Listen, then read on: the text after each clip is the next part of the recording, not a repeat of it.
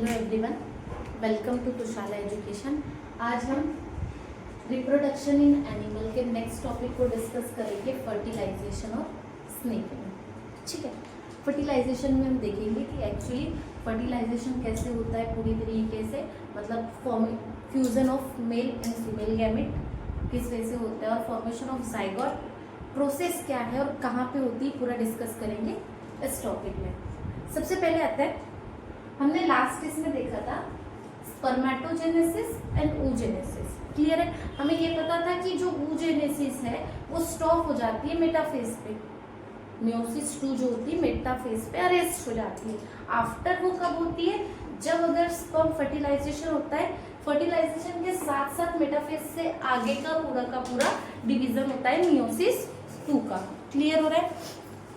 सबसे पहले क्या है फर्टिलाइजेशन, स्नीगेमी, वो fusion of male and female होता है, उसके बाद होता है क्या है fusion of male and female, fusion of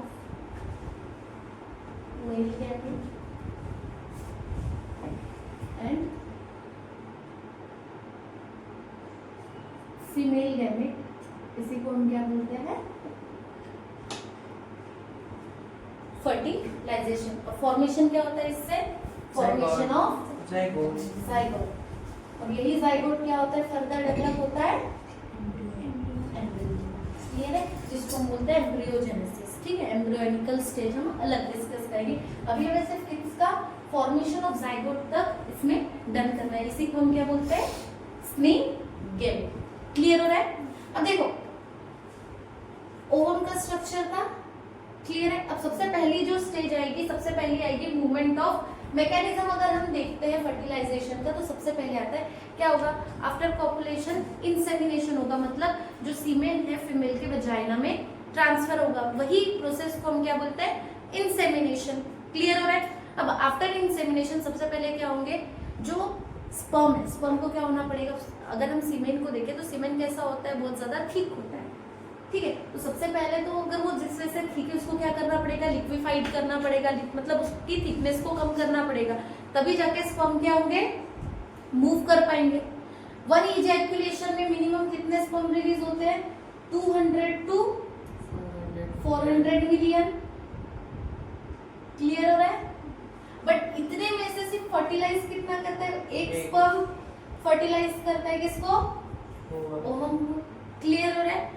तो इतने स्पर्म्स में से जो बाकी जो बचे हुए रहते हैं वो क्या हो जाते हैं, ड्यूरिंग मतलब वजाइना टू फैलोपियन ट्यूब तक जाने तक की जो जर्नी में आधे से ज्यादा क्या हो जाते हैं, डिजनरेट हो जाते हैं। जो पोटेंशियल रहता है वही कहाँ तक पहुंचता है, ओवम तक रीच करता है। क्लियर है कि इतना।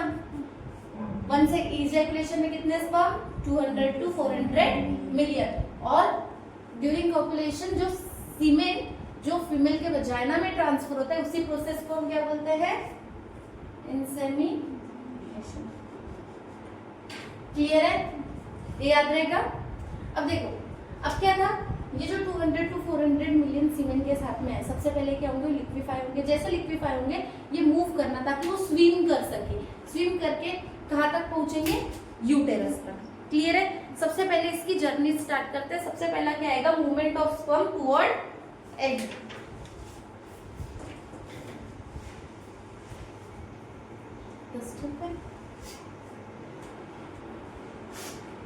देखो, अब सबसे पहली चीज स्पर्म वजाइना में, वजाइना से सबसे पहले कहा जाएंगे, पाथ कैसा रहेगा, वजाइना टू यूटेरस, यूटेरस से या फिर ओविडक्ट तो पूरा ही पार्ट ओविडक्ट, पर मेन जो फर्टिलाइजेशन होगा वो क्या होगा, एम्पुला में होगा। क्लियर हो रहा है। अब सीधी सी बात है, वजाइना टू यूटेरस जाने से पहले अब देखो कैपिशिएशन जो होता है, एक प्रोसेस होगी जिसका नाम है कैपिशिएशन। ठीक है, ये कैपिशिएशन होने का रीजन क्या होता है, कैपिशिएशन की सबसे पहले मैं प्रोसेस समझाती हूँ, बाकी फिर आगे डिस्कस करते हैं। कैपिशिएशन में क्या होता है, जब स्पर्म मेल रिप्रोडक्टिव पार्ट से निकलता है, फीमेल के रिप्रोडक्टिव पार्ट पार्ट में आता है, तो उस कंडीशन में जो मेल का जो स्पर्म है उसके ऊपर में एक लेयर होती है जो बनी हुई होती है ग्लाइकोप्रोटीन या सीमेन प्लाज्मा प्रोटीन से बनी हुई होती है। ये जो इसके ऊपर की जो ये कवरिंग है, जब तक ये जो कवरिंग है वो डिस्ट्रॉय नहीं होती तब तक जो स्पर्म है उसकी जो स्पीड है वो इंक्रीज नहीं होती। तो कैपिसिएशन की प्रोसेस करवाने के लिए रीजन क्या होता है? सबसे पहले तो जो ग्लाइकोप्रोटीन या फिर सीमेन प्लाज्मा की लेयर होती है किसके ऊपर में? स्पर्म के ऊपर में। ये क्या होती है? ब्रेक हो जाती है, हट जाती है, वो पूरी की पूरी लेयर क्या हो जाती है? ब्रेक हो जाती है, जिसकी वजह से क्या होता है? इसका मूवमेंट इंक्रीज हो जाता है, मतलब स्विमिंग कैपेसिटी इंक्रीज हो जाएगी। साथ साथ में एक्रोसोम की जो है ना रिएक्शन इसके बाद ही क्या होगी? स्टार्ट होगी। अगर कैपिसिएशन नहीं होता है तो जो स्पर्म है वो प्रॉपरली जोना पेलोसिटा जो कि ओवम है, ओवम को पेनिट्रेट कर नहीं सकता। मतलब एक्रोसोम की अगर रिएक्शन ही नहीं होगी तो एक्रोसोम से मतलब जो हमारा ओवम है, स्पर्म एंटर ही नहीं कर पाएगा। कहाँ पे? ओवम के अंदर में। क्लियर है? क्योंकि एक्रोसोम में क्या है? एंजाइम्स है। एंजाइम्स को एंजाइम की जो लेयर है वो लेयर ब्रेक होगी, उसके बाद एक्रोसोम्स क्या हो जाता है? एक्रोसोम रिएक्शन क्या हो जाती है? फिसिबल हो जाती है। क्लियर है? तो कैपिसिएशन में क्या होता है? लेयर ऑफ स्पर्म क्या हो जाती है? इसके लिए एक्चुअली कितना टाइम लगता है? 5 to 6 आवर। 5 to 6 आवर के बाद में ये प्रोसेस, ये जो रिएक्शन है कैपिसिएशन स्टार्ट होती है। अगर वायबिलिटी की अगर हम बात करें स्पर्म की, कितनी होती है? 24 to 48 आवर्स का क्या होता है? इसका वायबल पीरियड होता है। किसका? स्पर्म का। मतलब और ओवम में कितना होता है?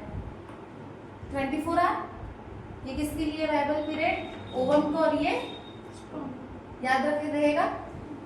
क्लियर? मतलब 5-6 घंटे में क्या बोलते हैं कैपिसिएशन क्या होगा? स्टार्ट होगा। इस कंडीशन में क्या होगा? कैपिसिएशन से जो ग्लाइकोप्रोटीन की मेम्ब्रेन है वो ब्रेक होगी और जो स्पर्म जो है वायबल हो जाएगा कैल्शियम आयन को और फ्लूइड के लिए। किसके लिए? फ्लूइड को। जैसे ही कैपिसिएशन होगा क्या करेगा? फ्लूइड एंटर करेगा किसके अंदर में? स्पर्म के अंदर में, और कैल्शियम चैनल भी क्या हो जाएंगे? ओपन हो जाएंगे। क्लियर है? मतलब सबसे पहली चीज कैपिसिएशन में क्या क्या हुआ? कैल्शियम चैनल ओपन हुआ, एक्रोसोम रिएक्शन के लिए एक्टिवेट हुआ, और साथ साथ में फ्लूइड का जो एक्सचेंज है वो स्टार्ट हुआ, और उसके अलावा मेनली कैल्शियम और बाइकार्बोनेट के लिए जो चैनल है वो एक्टिव हो जाता है। क्लियर है इतना? अब देखो नेक्स्ट अगर हम बात करते हैं, ये जो प्रोसेस होगी मोस्टली कैपिसिएशन कहाँ से स्टार्ट होगी? आपकी यूटेरस के बाद से। यूटेरस टू फैलोपियन ट्यूब है वहां पे। आफ्टर कैपिसिएशन, जैसे कैपिसिएशन डन हुआ, कैपिसिएशन के बाद में 5 मिनट के अंदर में, कितना? आफ्टर कैपिसिएशन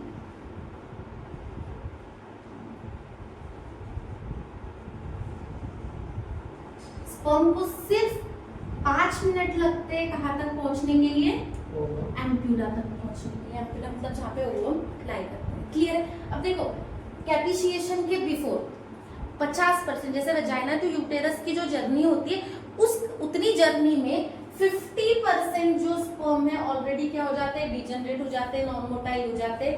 ठीक है? कितने? 50%। मतलब अगर हम 200 to 400 मिलियन की अगर हम बात करें तो सिर्फ बचते कितने होंगे? 200 मिलियन, मतलब हाफ। अब यही 200 मिलियन जो है कैपिसिएशन के लिए एंटर करते हैं। जैसे ही कैपिसिएशन के लिए एंटर किए, अब कहाँ से कहाँ जर्नी मूव करना है? Uterus to ovary. अब यूटेरस और ओवरी के बीच में, यूटेरस टू ओविडक्ट के बीच में वहां पे गैप जो होती है उसको एंटर करने के लिए इनको सबसे पहली चीज जो हमारी जो फैलोपियन ट्यूब और यूटेराइन जो मेम्ब्रेन है ना, उनके कॉन्ट्रैक्शन एंड रिलैक्स कॉन्ट्रैक्शन भी हेल्प करता है किसको? स्पर्म को मूव कराने के लिए। क्लियर है? यहाँ तक कोई डाउट? क्या हुआ? एग यूटेरस तक कैसे पहुंचा? बोलना।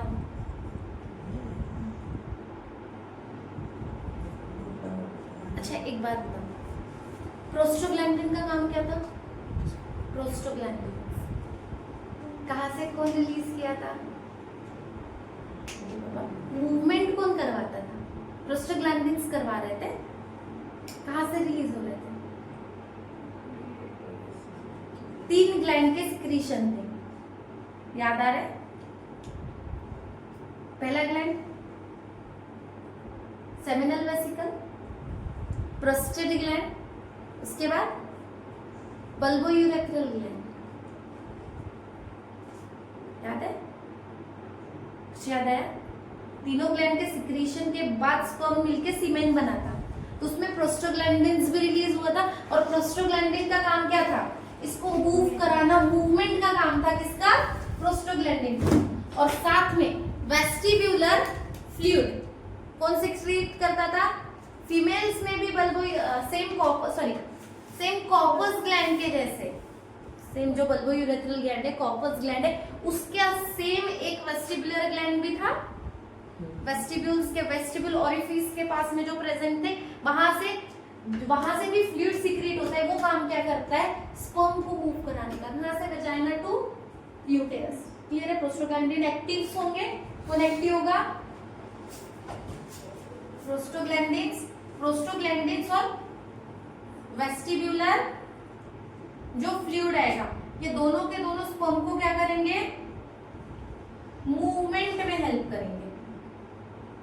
क्लियर है? ये शुरुआत कहां तक? वेजाइना टू यूटेरस, आफ्टर कैपिशिएशन जैसे ही होगा, कैपिशिएशन के बाद यूटेरस टू ओविडक्ट। यहाँ पे यूटेरस टू ओविडक्ट तक जब तक जाएगा, उसमें और कौन हेल्प करेगा उसको? साथ साथ में यूटेरस का जो कॉन्ट्रैक्शन वगैरह होगा, फैलोपियन ट्यूब की जो कॉन्ट्रैक्शन होगा, वो क्या करेगा? यूटेरस टू ओविडक्ट तक स्पर्म को पहुंचाने का काम करेगा। और टाइम आफ्टर कैपिशिएशन कितना? 5 मिनट्स। क्लियर रहेगा? डन है? पूरी प्रोसेस क्लियर है? कोई डाउट है? डन है यहाँ तक? अब कहाँ पे? एम्पुला तक आ गया। अब एम्पुला के बाद क्या होगा? स्पर्म की एंट्री होनी चाहिए एग में, तो स्पर्म की एंट्री होगी। और सेकंड क्या होगा? स्पर्म की एंट्री करने के लिए करवानी कौन सी रिएक्शन पड़ेगी? एक्रोसोम रिएक्शन करवानी पड़ेगी। अब ये एक्रोसोम में कौन कौन से एंजाइम्स थे? प्रोटियोलाइटिक एंजाइम्स, जोनालाइसिन और हाइलुरोनिडेज। ठीक है? जो हाइलुरोनिक एसिड को क्या करता है? डीएक्टिव करवाता है। क्लियर है? यही था। अभी ये पूरी चीजें हमें नेक्स्ट टॉपिक में डिस्कस करनी। क्या है? Entry of sperm into egg. Next क्या है? Entry of sperm into egg. अब एग में स्पर्म की एंट्री, सबसे पहले सुनो, एवरेज स्पीड ऑफ जो स्पर्म होती है, स्पर्म की जो स्विमिंग की जो होती है, वो कितनी होती है? 1.5 to 3.0 mm पर मिनट। इसकी क्या है? एवरेज स्पीड है किसकी? स्पर्म की। ठीक है? एवरेज स्पीड ऑफ स्पर्म की मूवमेंट की, स्विम करने की। क्लियर? अब सीधी सी बात है, अब स्पर्म मूव कहाँ किया? एम्पुला के पास में, जहाँ पे ओवम में। अब सीधी सी बात है, मैं कुछ बना रही हूँ, देखो याद आ रहा है कुछ? ये कौन सी मेम्ब्रेन थी? Vitelline membrane. ये पेरीविटेलाइन स्पेस। उसके ऊपर में जोना पेलोसिटा, सही है? उसके ऊपर में कोरोना इस तरीके से। ठीक है?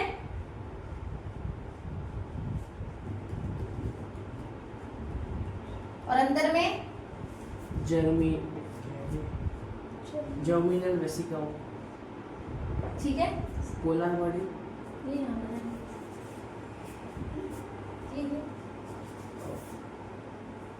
क्योंकि पेरीविटेलाइन स्पेस का एग्जिस्ट करती है ना। चलो यहाँ देखो, ये पूरी नहीं बना रही हूँ, पर बना दूँ क्या?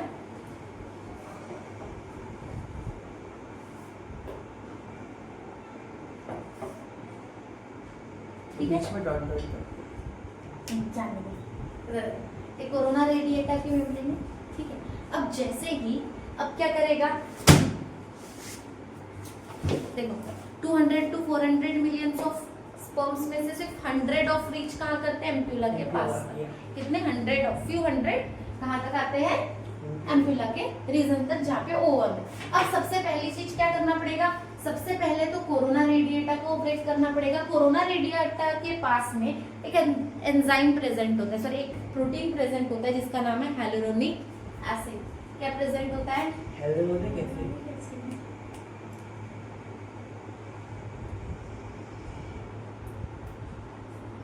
इसको ब्रेक करने के लिए एक्रोसोमिक एंजाइम रिलीज करते हैं, क्या नाम है? हाइलोरोनिलेज।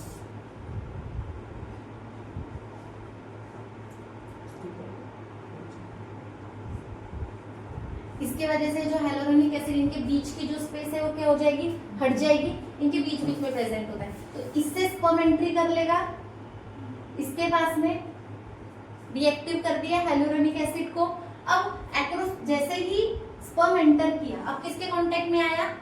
ज़ोना पेलोसिटा। ज़ोना पेलोसिटा के जैसे ही कांटेक्ट में आता है, क्लियर है? ज़ोना पेलोसिटा के पास में एक दो रिसेप्टर होते हैं, कौन कौन से? ZP3 और ZP2, ठीक है। अब ये ज़ोना पेलोसिटा के पास में एक एंजाइम होता है जिसका नाम, प्रोटीन होता है जिसका नाम है फर्टिलिजिन, ठीक है। तो जो स्पर्म है वो क्या रिलीज, स्पर्म के पास जो एक्रोसोम है वो क्या रिलीज करता है? एंटी फर्टिलिजिन। अब इन दोनों का बाइंडिंग होता है और रिएक्शन होती है फर्टिलिजिन एंटी फर्टिलिजिन रिएक्शन। इसी रिएक्शन को हम क्या बोलते हैं? Compatibility reaction.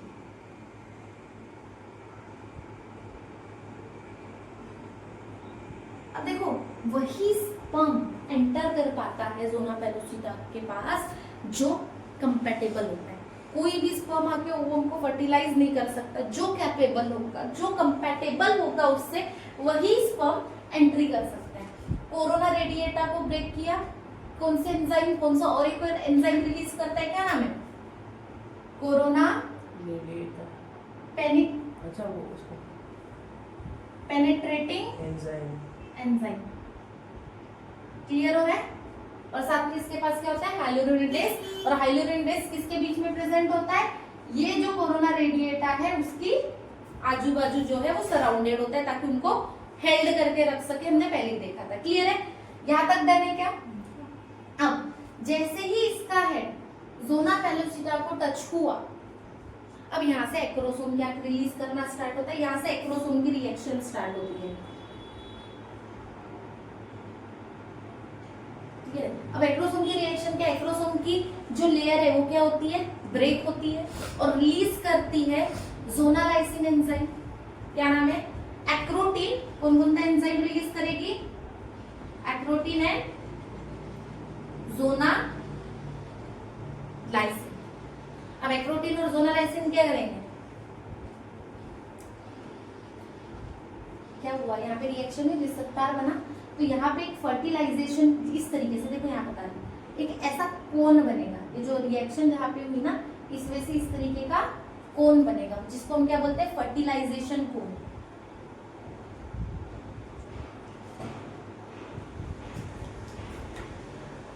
ठीक है, और ये कोन यहाँ पे एंटर करेगा एक्रोटीन, ज़ोनालाइसिन, और ज़ोनालाइसिन से क्या करेगा? इसको ब्रेक करेगा और ये किसके अंदर एंटर करेगा? किसको टच किया रे बाबा? विटेलाइन मेम्ब्रेन, पेरीविटेलाइन स्पेस पे आया। पेरीविटेलाइन स्पेस पे जैसे ही विटेलाइन मेम्ब्रेन को हेड टच हुआ, किसका? स्पर्म का, क्लियर हो ना? जैसे स्पर्म का हेड टच हुआ तो वैसे ही यहाँ पे, यहाँ देखो, इसकी मेम्ब्रेन और ये जो विटेलाइन मेम्ब्रेन है वो क्या हो जाएगी? दोनों की प्लाज्मा मेम्ब्रेन क्या हो जाएगी? हट जाएगी, मतलब वहां से रिमूव हो जाएगी। किसकी? जैसे ही हेड ऑफ स्पर्म जो है किससे टच हुआ?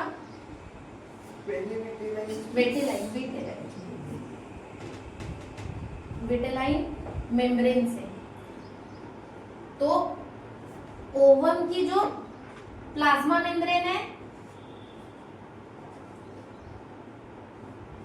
और साथ में स्पर्म की जो प्लाज्मा मेम्ब्रेन है, नहीं दिख रहा, यहाँ तक दिख रहा है, प्लाज्मा क्या हो जाएगी? डिसॉल्व हो जाएगी और इसका जो हेड है एंट्री करेगा किसके अंदर में? यहाँ, क्लियर है? ये स्पर्म का हेड एंट्री किया, हेड में से क्या क्या? न्यूक्लियस और सेंट, प्रोक्सिमल सेंट्रियोल। क्या क्या एंट्री करेगा? एक तो न्यूक्लियस और सेंट्रियोल। Proximal centriole. क्यों? देखो ओवम के पास में सेंट्रियोल नहीं होता है, किससे मिला?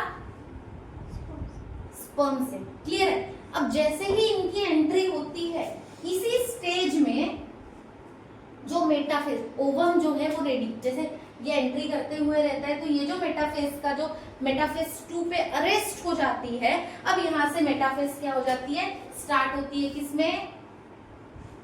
इसने एंट्री किया, इसका सेंट्रियोल आया, इसका जो देखो कितना, रुको इसको रब कर दो एक मिनट। यहां तक क्लियर हुआ क्या? क्या क्या हुआ पूरी प्रोसेस में? बोलते बता। एंट्री ऑफ एक्टिव से भी कोरोना रेडिएटर को किसने ब्रेक किया? पेनिट्रेट के लिए एंजाइम रिलीज किया, कोरोना पेनिट्रेटिंग एंजाइम। किसको? वहां पे हाइलोरोनिक एसिड था, उसको ब्रेक करने का काम किसने किया? हाइलोरिनेज ने। क्लियर है? वैसे ही कोरोना रेडिएटर के अंदर जोना पेलोसिटा से टच हुई। जोना पेलोसिटा के पास में रिसेप्टर थे, कौन कौन से? फर्टिलाइजिंग रिसेप्टर, दो नाम है ZP3 एंड ZP2।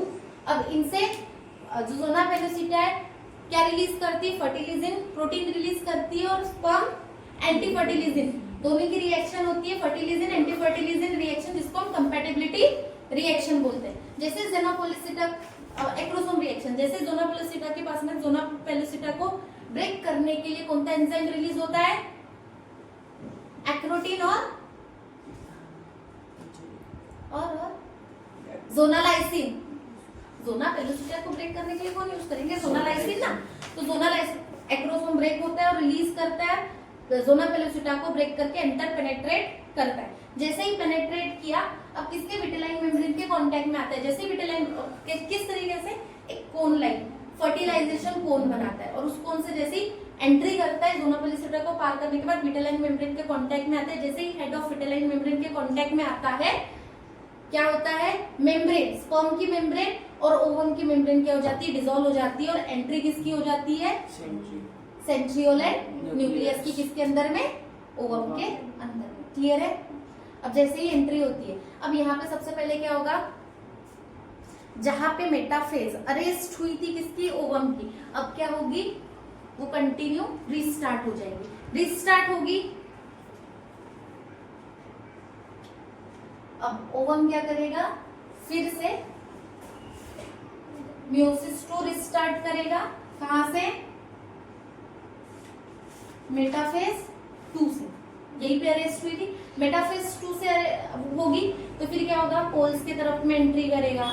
ठीक है? और प्रॉपर स्ट्रक्चर में आके 23 क्रोमोसोम्स अपीयर होना स्टार्ट हो जाएंगे। क्लियर हो रहा है? ये स्पिंडल फाइबर का फॉर्मेशन होगा और प्रॉपर मेटाफेज पूरी करके 23 क्रोमोसोम्स बना देंगे। ठीक है? अब सेम उसी ड्यूरेशन में हमारा जो मेल का जो न्यूक्लियस है, उसके भी जो जेनेटिक मटेरियल है वो क्या होंगे? रीअरेंज होंगे। जेनेटिक मटेरियल रीअरेंज होंगे इनके, और क्या करेगा? ये भी 23 क्रोमोसोम्स की तरह अपीयर करने लग जाएगा। देखो ये प्रोसेस और ये प्रोसेस कैसी होगी? साथ में होगी। इनका पेनिट्रेटिंग अंदर आके इनका डिवाइड होना, ये प्रोसेस साथ में होगी। इसलिए पहले ही क्या बोला था हमने? फर्टिलाइजेशन और साथ साथ में मेटा ओवम का, यहाँ से जो ओवम फॉर्म होगा वो कैसा रहेगा? ट्रू ओवम रहेगा। पूरी तरीके से प्रॉपर डेवलप 23 क्रोमोसोम्स के साथ वाला। क्लियर है? पर कैसे? प्लॉइडी लेवल n ही रहेगा। क्या रहेगा? n। यहाँ पे भी 23 क्रोमोसोम्स, ये क्या हो जाएंगे? Ploidy level. अब जो प्रोक्सिमल सेंट्रियोल आया था, अब वो क्या करेगा? जो स्पिंडल फाइबर का फॉर्मेशन करेगा और इन दोनों का क्या करवाएगा? फ्यूजन करवाएगा। और ये फ्यूज होने के बाद क्या बनेंगे? जाइगोट। काम किसका रहेगा? प्रोक्सिमल सेंट्रियोल का। वही क्या फॉर्म करवाएगा? Spindle fibre. और स्पिंडल फाइबर फॉर्म होगा और ये दोनों क्रोमोसोम्स रीअरेंज होंगे। रीअरेंजमेंट हमने सेल डिवीजन में देखा था। कंबाइन होके फिर जाइगोट का फॉर्मेशन करेंगे। ये NN जाइगोट क्या बन जाएगा, ट्वाइस N। यहाँ तक डन है क्या?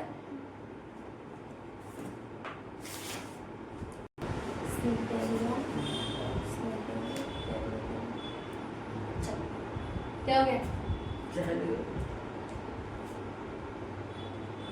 अच्छा ठीक है, कोई दिक्कत नहीं। चलो देखो, एक टॉपिक था, हमने क्या देखा था, जैसे ही एंट्री हुई विटेलाइन मेम्ब्रेन के अंदर, विटेलाइन मेम्ब्रेन के बाद में जो विटेलाइन जो स्पेस थी, याद है ये विटेलाइन स्पेस थी, जैसे ही एंट्री किया इसके आजू बाजू जो है ना एक फर्टिलाइजेशन मेम्ब्रेन बन जाती है। क्या बन जाती है?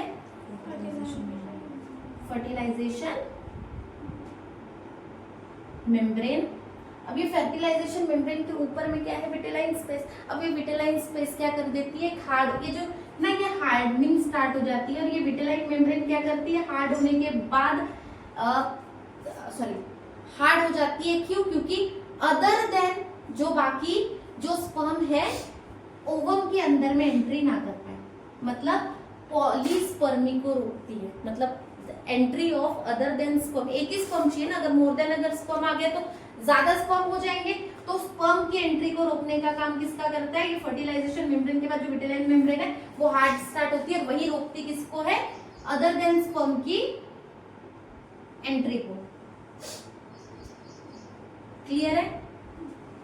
और फिर वही यही पे क्या होता है, ओवम मेटाफेज 2 में जाता है। मेटाफेज 2 में जाने के बाद एक प्रॉपर प्रो न्यूक्लियाई फॉर्म करता है जिसमें 23 क्रोमोसोम्स रहते हैं। क्लियर है? जिसको हम ट्रू ओवम बोलते हैं। सेम फिर अब क्या होगा, दोनों का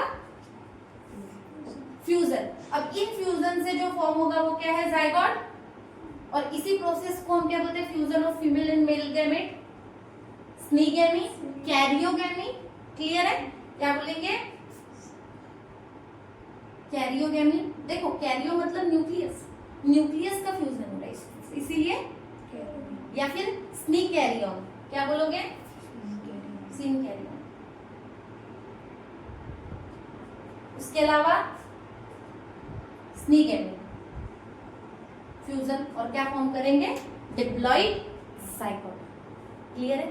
क्या मिले, इसका जो प्रोन्यूक्लियस है वो और मेल का प्रोन्यूक्लियस, दोनों न्यूक्लियाई मिलके जाइगोट का फॉर्मेशन करेंगे। और इसमें हेल्प कौन करेगा,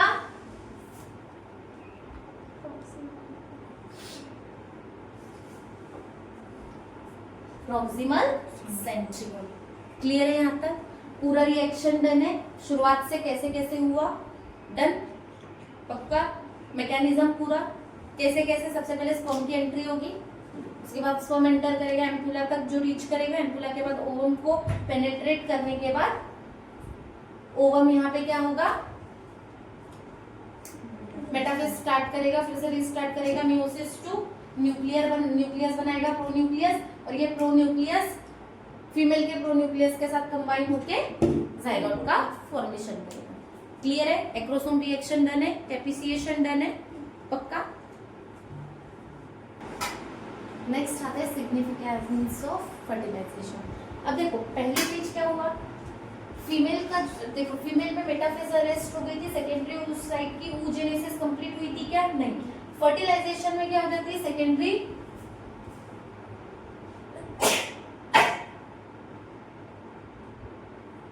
सेकेंडरी जो ऊ साइड है यहाँ पे क्या करता है, कंप्लीट करता है oogenesis और क्या, ट्रू ओवम में कन्वर्ट हो जाता है। क्लियर है? डन। ये पहला significance. Second, diploidy level maintain हो जाता है,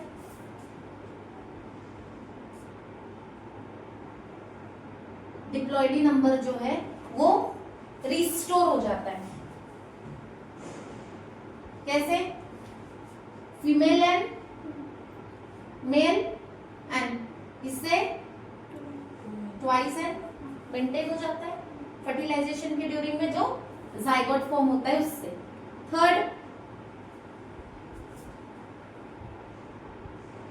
ओवम के पास में सेंट्रियोल लैक होता है, ओवम के पास में सेंट्रियोल होता है क्या, नहीं। किससे मिल जाता है, स्पर्म के पास में प्रॉक्सिमल सेंट्रियोल होता है जो इससे मिलके ये लोग क्या करवा लेते हैं, स्पिंडल फाइबर फॉर्मेशन करके जेनेटिक क्या होता है, सेंट्रियोल का काम क्या है? हाँ क्या काम है?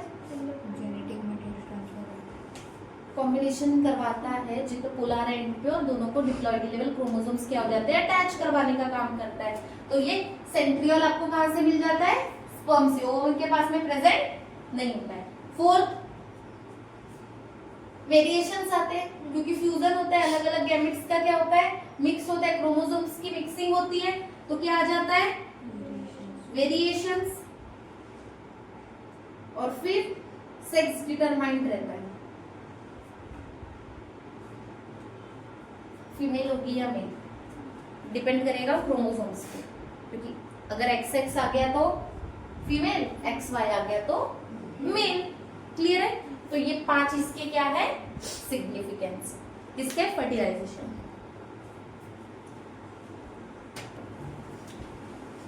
अब आते हैं एम्ब्रियोनिकल डेवलपमेंट।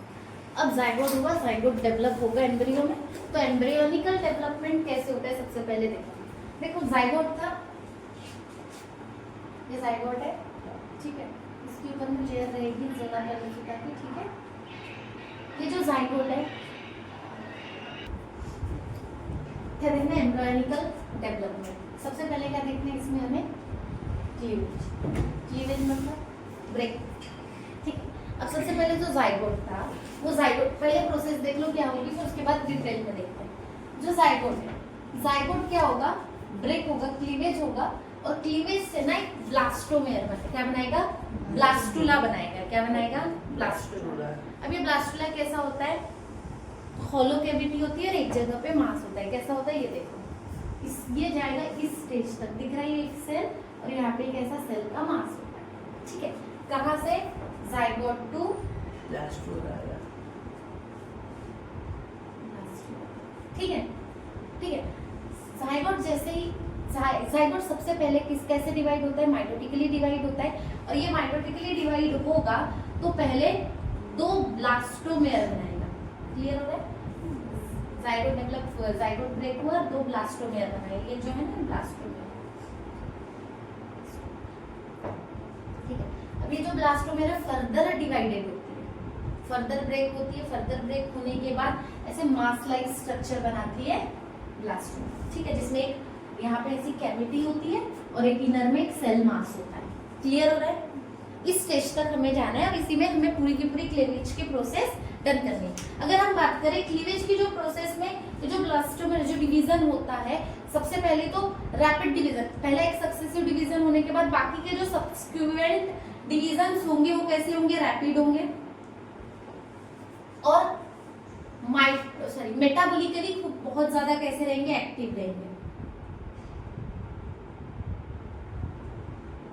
कैसे होता है, एक्टिव। और डिवीजन कैसे होंगे, क्लीवेज कैसे होंगे, इसके बाद रैपिड डिवीजन होगा, ठीक है। अब इस रैपिड डिवीजन में सबसे पहली चीज, सबसे ज्यादा रैपिड डिवाइड को उन्होंने, डीएनए का रेप्लिकेशन कैसे हो जाएगा, डीएनए रेप्लिकेशन फास्ट हो जाएगा, क्योंकि देखो रैपिड डिवीजन कब होगा, जब डीएनए का रेप्लिकेशन, डीएनए डिवाइड बहुत जल्दी जल्दी होगा, तभी तो सेल टू सेल, पहले तो न्यूक्लियस ही डिवाइड होगा, बाद में तो पूरा, तो सबसे पहली चीज क्या, डीएनए का रेप्लिकेशन फास्ट होगा। और अगर रेप्लिकेट हो रहा है तो ऑक्सीजन डिमांड भी ज्यादा लगेगी, ऑक्सीजन भी कैसे लगेगा, ज्यादा लगेगा रेप्लिकेशन के लिए। क्लियर हो रहा है, तो ये सब किस में होगा, क्लीवेज में होगा, ठीक है। अगर ह्यूमन जो जाइगोट है उसकी अगर हम बात करें तो ये कैसा होता है, इसका डिवीजन कैसा होता है, होलो होता है, होलोब्लास्टिक होता है, कैसा होता है, होलोब्लास्टिक होता है। मींस पूरा का पूरा जो जाइगोट है, ये जाइगोट है, पूरा का पूरा क्या होता है, डिवाइड होता है, एक ही नहीं होता, मतलब ऐसे नहीं कि आधा ही डिवाइड हो रहा है, नहीं, ये पूरी की पूरी तरीके से डिवाइड होकर दिखा है, यहाँ पे पूरा जाइगोट डिवाइड हुआ था और 2 ब्लास्टोमेयर बनाया, तो होल क्या होता है, यहाँ पे जाइगोट डिवाइड होता है, इसलिए इसको क्या बोलते हैं, होलोब्लास्ट बोला जाता है। देखो इसमें भी 2 प्लेन्स में डिवाइड होगा, एक होगा मेरिडोनियन,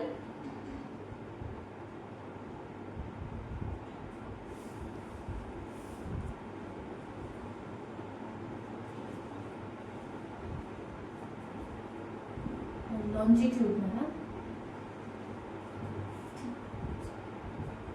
और एक इक्वेटोरियल एंड हॉरिजॉन्टल। समझ रहे हैं? दो प्लेन में डिवाइड हो सकता है, एक तो मेरीडोनियल अगर मिडल से होगा तो कैसा होगा, लॉन्जिट्यूडिनल होगा, अगर इक्वेटोरियल से हो जाए मतलब इक्वेटर से होगा तो हॉरिजॉन्टल होगा। क्लियर हो रहा है क्या? ये दो प्लेन्स आपको देखने को मिलेंगे। अब आते हैं हम प्रोसेस, पहला क्लीवेज अगर होगा, यहां तक डन है क्या?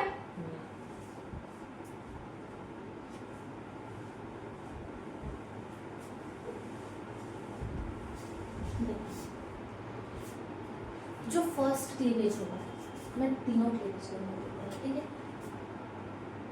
फर्स्ट क्लीवेज हुआ जाइगोट का, जाइगोट अगर क्लीवेज हुआ माइटोटिकली, जाइगोट था, जाइगोट ब्रेक हुआ, ये जाइगोट है, जाइगोट का ब्रेकडाउन हुआ और क्या बने, दो ब्लास्टोमेर। क्लियर हो रहा है? जाइगोट था,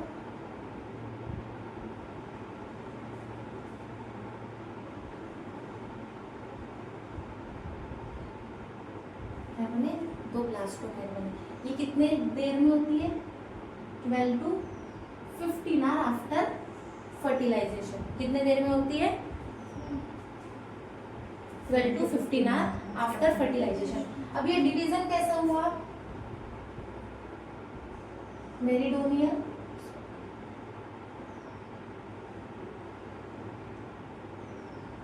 और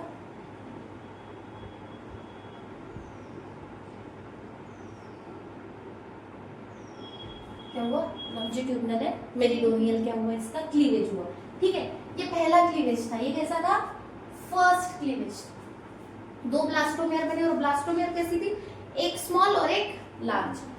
दो ब्लास्टोमेर बने और एक कैसी थी, स्मॉल और सेकेंड लार्ज। फर्स्ट और ये सेकेंड ब्लास्टोमेर। क्लियर हो रहा है क्या? अब क्या होगा, सेकेंड क्लीवेज, ये भी कैसा क्लीवेज होगा, लॉन्जिट्यूडिनल। कैसा होगा, लॉन्जिट्यूडिनल डिवीजन होगा। अब दो थी, कितनी बनेगी, चार बनेगी। क्लियर है, डन। थर्ड क्लीवेज होगा, ये कैसा है, हॉरिजॉन्टल। अब इसमें क्या बनेगी, 8 सेल बनेगी। मैं ऐसे ही बना रही हूँ, ठीक है? इधर भी 6 हो गई थी, नहीं हुई थी, 9 गई, 9 हुई थी। 4 के 4 बना दिया। ठीक है, 8 है। अब ये कैसी बनी, 8 सेल। लॉन्जिट्यूड सॉरी हॉरिजॉन्टल हुआ और दी। ये कितने देर में हुई, 30 आवर्स। ठीक है, 30 आवर्स के ड्यूरेशन में। अब क्या होगा, मल्टीपल डिवीजन यहाँ से स्टार्ट हो जाएंगे और फिर ये भी अगर 8 सेल डिवाइड होगी तो कितनी सेल बनेगी, 16 से 32 ऐसी सेल क्या होते जाएगी डिवाइड। और ऐसी जब सेल पूरी डिवाइड होगी एक मास बनाएगी 16 सेल का, वो कैसा रहेगा, इस तरीके का। ठीक है,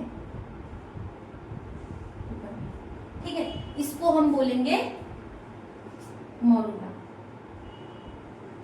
और ये जो मोरूला है, देखो यहाँ से ये स्टेज एक एक करके सबसे पहले एम्पुला, एम्पुला से धीरे धीरे ये मोरूला कहाँ तक पहुंच जाएगा, इस्थमस तक। इस्थमस रीजन पड़ता है ना,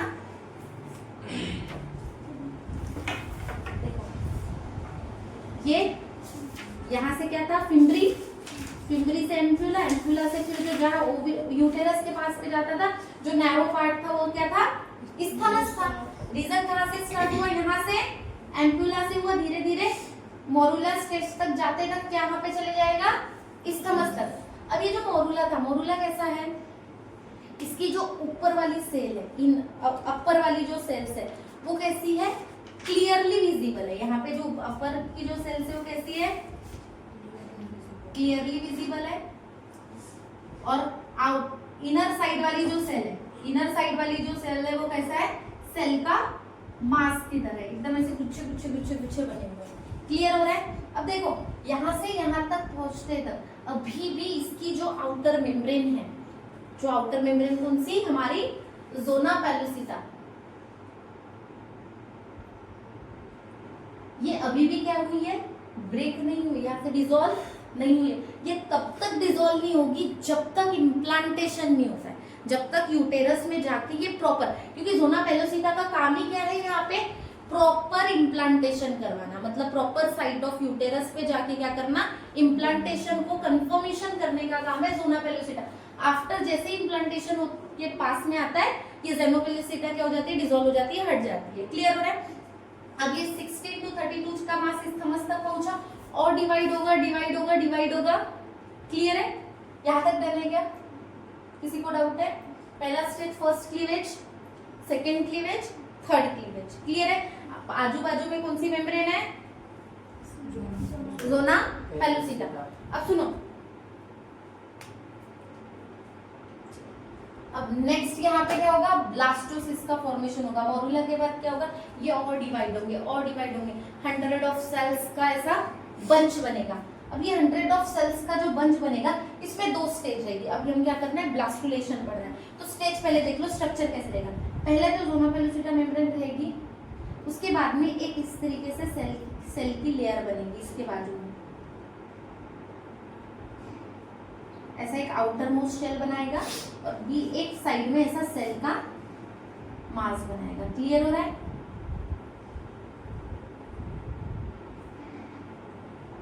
ठीक है, ये जो आउटर मोस्ट शेल होगी वो होगी ट्रोफोब्लास्ट और इनर सेल मास, ये क्या हो जाएगी, ट्रोफोब्लास्ट और अंदर का ये इनर मास। और जहां से ये अटैच रहेगा उसको क्या बोलेंगे, एम्ब्रोनिकल नॉब,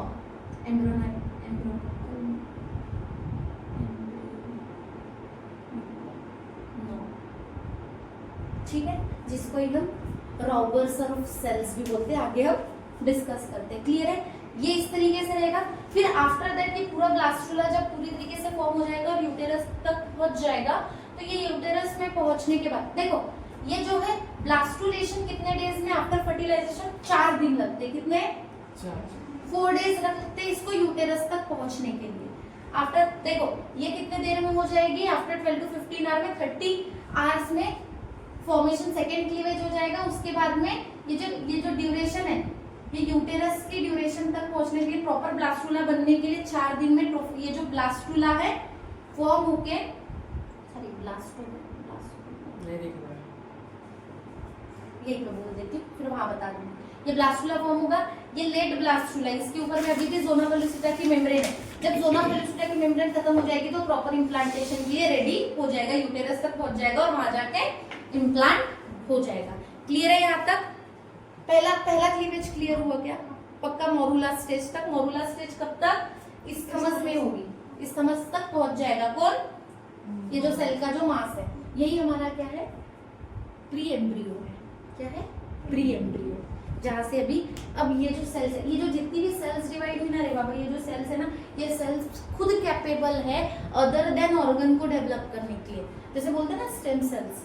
तो यही स्टेज है स्टेम सेल्स की फॉर्मेशन, इन्हीं को हम स्टेम सेल्स बोलते हैं। ब्लास्टुला वाली जो सेल्स है वो स्टेम सेल्स है, वो फर्दर अदर देन ऑर्गन्स में क्या हो सकती है, डिवाइड हो सकती है। ठीक है, इनमें ये कैसी सेल है, टोटियोपोटेंट सेल है। टोटियोपोटेंट का मतलब हमने टोटियोपोटेंट इसमें भी देखा है, मेरिस्टेम प्लांट्स में। ठीक है, वो कैसे सेल फर्दर डिवाइड होके नया नया ऑर्गन डेवलप कर सकती है। सेम हमारे इसमें भी ये ब्लास्टुला वाली जो सेल्स है वो कैसी है, टोटियोपोटेंट है। मतलब इससे न्यू नए ऑर्गन्स क्या हो सकते हैं, वो सेल्स अदर देन स्किन की सेल्स में डिवाइड हो सकती है, हेयर की सेल्स में डिवाइड हो सकती है, हार्ट की सेल्स में डिवाइड हो सकती है। क्लियर है? उसी सेल से नया पूरा का पूरा एक लिविंग ऑर्गेनिज्म बन सकता है, मतलब एक ह्यूमन ऑफस्प्रिंग डेवलप हो सकता है, ये ब्लास्टुला वाली स्टेज से। क्लियर है? अब हम आते हैं ब्लास्टुलेशन पे। नेक्स्ट क्या आता है, ब्लास्टुलेशन।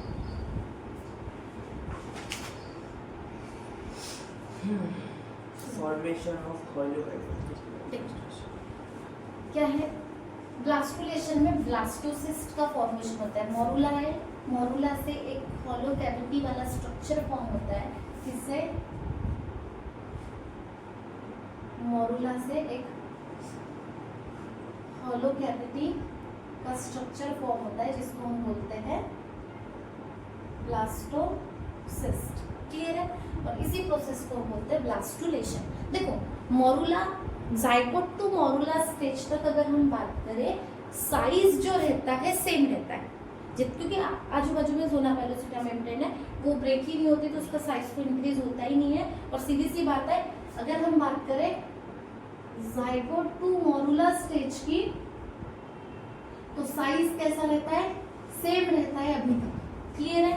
अब बढ़ता कहाँ पे? ब्लास्टोसिस्ट जब फॉर्म होता है तब। अब सुनो क्या होता है, जैसे जो मोरुला है, मोरुला स्टेज पे एक लेयर का फॉर्मेशन होता है, काउंटर लेयर का फॉर्मेशन होता है मोरुला में, जिसको हम बोलते हैं ट्रोफोब्लास्ट। देखो ये सेल है, जोना पेलोसिटा मेम्ब्रेन फॉर एग्जांपल, और इसके आजू बाजू में इस तरीके से एक आउटर लेयर का स्ट्रक्चर फॉर्म होता है।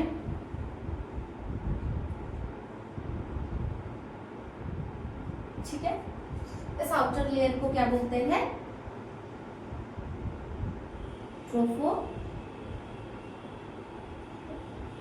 ब्लास्ट। ठीक है, क्लियर है? यहाँ पे ऑलरेडी सेल का मास है। ठीक है, मोरुला स्टेज में क्लियर हो रहा है। अब क्या होता है, अब ये जो ट्रोफोब्लास्ट है, ट्रोफोब्लास्ट जो देखो ये रीच कब कर देता है? 4 डे पे आ जाता है यहाँ पे यूटेरस के नियर बाय, 4 दिन में आ जाता है। 2-4 दिन तक क्या रहता है? यहीं पे फ्लोट होते रहता है, यूटेरस में इधर उधर क्या होते रहता है? फ्लोट होते रहता है। कितने दिन? 2 से 4 दिन तक। मेन 7 डे पे ये ब्लास्टुलेशन की प्रोसेस होती है। कब? 7 डे पे। ठीक है, अब ये यहाँ पे वो जब घूमते वगैरह रह रहा है तो उसको क्या मिल रहा है? वहां पे यूटेराइन मिल रहा है। कौन रिलीज करेगा? यूटेराइन ग्लैंड रीचिन ग्लाइकोजन, रीचिन ग्लाइकोजन होते हैं, जिसको क्या बोल रहे हैं? यूटेराइन। मिल्क को कौन एब्जॉर्ब करता है? ये ट्रोफोब्लास्ट है ना, वो एब्जॉर्ब करता है। और जैसे ही एब्जॉर्ब करता है तो ये ट्रोफोब्लास्ट कन्वर्ट हो जाता है फ्लैट सेल्स में, जिसका नाम है ट्रोफोब्लास्ट सेल। क्लियर हो रहा है? ये क्या हो गई? अब ट्रोफोब्लास्ट सेल हो गई, और इसके अंदर में एक सेल का मास बनता है, जिसको हम बोलते हैं cell mass, inner cell mass और एम्ब्रियोब्लास्ट, इनर सेल मास और एम्ब्रियो। क्लियर है? कितना डर है? और ये हॉलो कैविटी का फॉर्म करता है। देखो फ्लूइड अंदर आ रहा है, ये ग्लाइकोजन यूटेराइन जो मिलकर अंदर आ रहा है, और ये क्या बोल रहा है? इंक्रीज हो रहा है साइज। इनका साइज इंक्रीज होगा 0.15 mm टू 3 mm तक। साइज क्या हो जाएगा? इंक्रीज हो जाएगा। डबल हो गया ना साइज। कैसा हो गया? डबल हो गया। इन्होंने एब्जॉर्ब किया, साइज बढ़ा, जैसे ही फ्लूइड अंदर आया तो एक कैविटी बनी। इसी ये है क्या है? Hollow cavity. ये दिख रही है, ब्लास्टोसिस्ट की कैविटी है यहाँ तक। और जहां से ये इनर मास अटैच होता है उसी को हम क्या बोलते हैं? Embryonal knob. एम्ब्रियोनल नॉब, जिसको हम सेल्स ऑफ रॉबर के नाम से जानते हैं। क्लियर है क्या? यहाँ तक डन है? अब देखो जोना पेलोसिटा इधर उधर वो क्या कर रहा है? मूव कर रहा है। अब एक टाइम आएगा मूव करते करते जो जोना पेलोसिटा है उसको एक प्रॉपर क्या करवाती है? एबनॉर्मल साइट पे इम्प्लांटेशन को रिटार्ड करवाती है। जैसे ही इसको एक प्रॉपर साइट मिल जाती है, वो जाके क्या हो जाता है? इम्प्लांटेशन के लिए रेडी हो जाता है। इम्प्लांटेशन समझो, ठीक है? मेन रीजन कहाँ पे होता है? यूटेरस के फंडस रीजन पे क्या होता है? इम्प्लांटेशन होगा। यहाँ पे गया, यहाँ पे जाके इम्प्लांट जैसे ही होगा तो ये जो जोना पेलोसिटा वाली जो मेम्ब्रेन है वो क्या हो जाएगी? रप्चर हो जाएगी। क्यों जोना पेलोसिटा रहती है? रीजन ये है ये जो आउटर मोस्ट जो लेयर है ट्रोफोब्लास्ट वो कैसी होती है, स्टिकी होती है और फैगोसाइटोसिस का मूवमेंट भी शो करती है, फैगोसाइटिक होती है। क्लियर हो रहा है?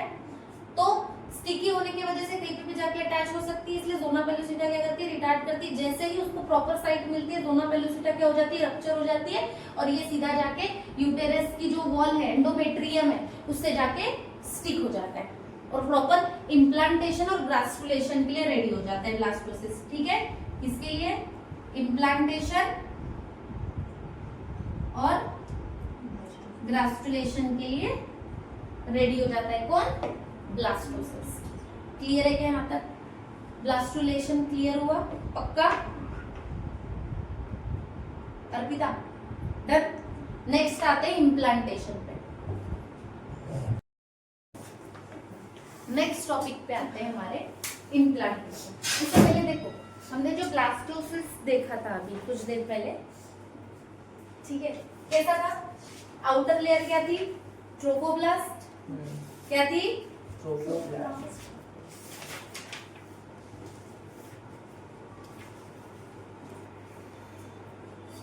Inner blastocyst cavity. ये ब्लास्टोसिस कैविटी है। ये क्या, इनर सेल मास। क्या बोलते थे और एम्ब्रियोब्लास्ट,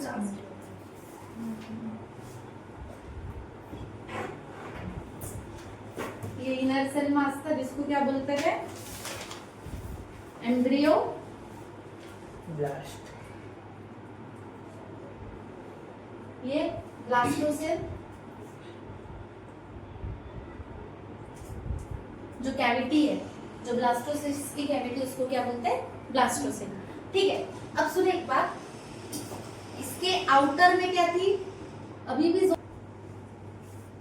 चलो नेक्स्ट,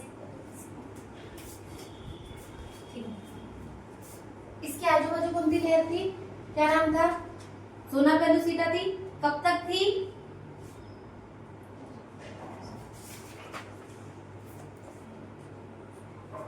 जब तक ये इम्प्लांट नहीं होता। इम्प्लांटेशन को प्रॉपर करवाने का काम किसका, जोना पेलोसिटा को। ये कितने डे में हो गया था, 7 डे में कहा रीच कर गया था, यूटेरस में। अब जो इम्प्लांटेशन रहेगा ये चलेगा नेक्स्ट 10 डेज का। कितने, 10 डेज। अब देखो क्या होगा, ये यूटेरस के वॉल पे आया, मेनली कहाँ इम्प्लांटेशन कहाँ पे होगा, फंडस रीजन पे। क्लियर है, फंडस रीजन ऑफ यूटेरस, जो ऊपर वाला जो डोम लाइक स्ट्रक्चर वाला पार्ट था। ठीक है, अब यहाँ पे जाके ये इम्प्लांट होगा। अब क्या होगा, ये जो ट्रोफोब्लास्ट है ना, ट्रोफोब्लास्ट बरी करेगा। देखो 2 रीजन है इसमें, जहाँ पे इनर मास है ये एम्ब्रियोनिकल एंड है, क्या एंड है,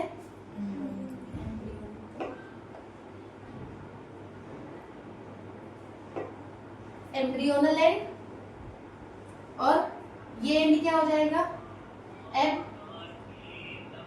एम्ब्रियोनल एंड। ठीक है, जहाँ पे इनर मास रहेगा वो कौन सा रीजन, एम्ब्रियोनल एंड, और जहाँ पे सिर्फ लेयर है जो कैविटी वाला रीजन है उसके अपोजिट वाला वो क्या हो जाएगा, एम्ब्रियोनल एंड। इतना क्लियर है? अब ये जाएगा और बरीड करेगा कहाँ, ये समझो यूटेरस की वॉल है। ठीक है, यूटेरस की वॉल में क्या बन गए थे, ये एंडोमेट्रियम थी। ठीक है, ये ठीक हो गई थी इसमें से। अब यहाँ पे क्या करेगा, ये ब्लास्टोसिस जाके इम्प्लांट होगा। क्लियर है? यहाँ देखो मैं सिर्फ ऐसे स्ट्रक्चर बना रही हूँ। ठीक है, इस तरफ से इस तरफ से, एम्ब्रियोनल एंड की तरफ से, जहाँ पे इनर मास है। क्लियर हो रहा है क्या? अब ये बरीड कैसे होगा, जो ट्रोफोब्लास्ट है, ट्रोफोब्लास्ट ही, ये जो ट्रोफोब्लास्ट की जो सेल है ना, यही एंडोमेट्रियम के अंदर क्या होती है, मतलब अंदर बरो क्या करती है, एक लाइटिक एंजाइम रिलीज करती है। क्या रिलीज करती है, लाइटिक एंजाइम्स रिलीज करती है। लाइटिक एंजाइम रिलीज करती है, तो जो एंडोमेट्रियम की जो वॉल है उसको क्या करती है, ब्रेक करती है। ब्रेक करके बरोज बनाती है, ऐसे गड्ढे गड्ढे, जहाँ पे ये जो एम्ब्रियो है पूरी तरीके से क्या हो जाएगा, इसके अंदर चले जाएगा, पूरी तरीके से बरीड हो जाएगा, अंदर घुस जाएगा। ये वाला रीजन पूरी तरीके से कहाँ, एंडोमेट्रियम के ये एंडोमेट्रियम हो गई, ये हमारा एम्ब्रियोनिकल एंड हो गया। यही से कौन सी सेल की वजह से जाएगा ये, ट्रोफोब्लास्ट सेल क्या रिलीज करेगी, लाइटिक एंजाइम ब्रेक करेगी और क्या फॉर्म करेगी, बरो फॉर्म। क्लियर है। और एम्ब्रियो जितना का जितना है पूरा कहाँ चले जाएगा, एंडोमेट्रियम के अंदर, ज्यादा से ज्यादा रीजन में, ताकि उसको साइटो इम्प्लांट हो जाए। क्लियर। इसी रीजन में ट्रोफोब्लास्ट जो है ना वो 2 लेयर्स में डिवाइड होती है। कितने, यहाँ से ये पहली लेयर, ठीक है, आउटर, इसके ऊपर एक और लेयर बनेगी इसके नीचे, इसलिए से, समझ रहे हो क्या? ठीक है। पहली लेयर का नाम देंगे सिंस्टियोट्रोफोब्लास्ट।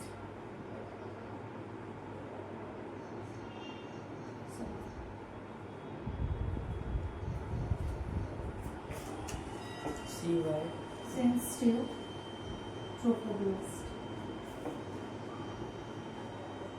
क्लियर है। और आउटर लेयर का ट्रोफोब्लास्ट।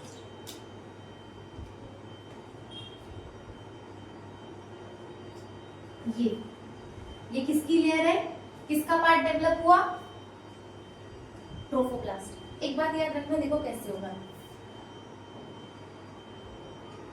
ब्लास्टोसिस्ट है, ब्लास्टोसिस्ट में 2 थी लेयर, कौन कौन सी, पहली ट्रोफोब्लास्ट,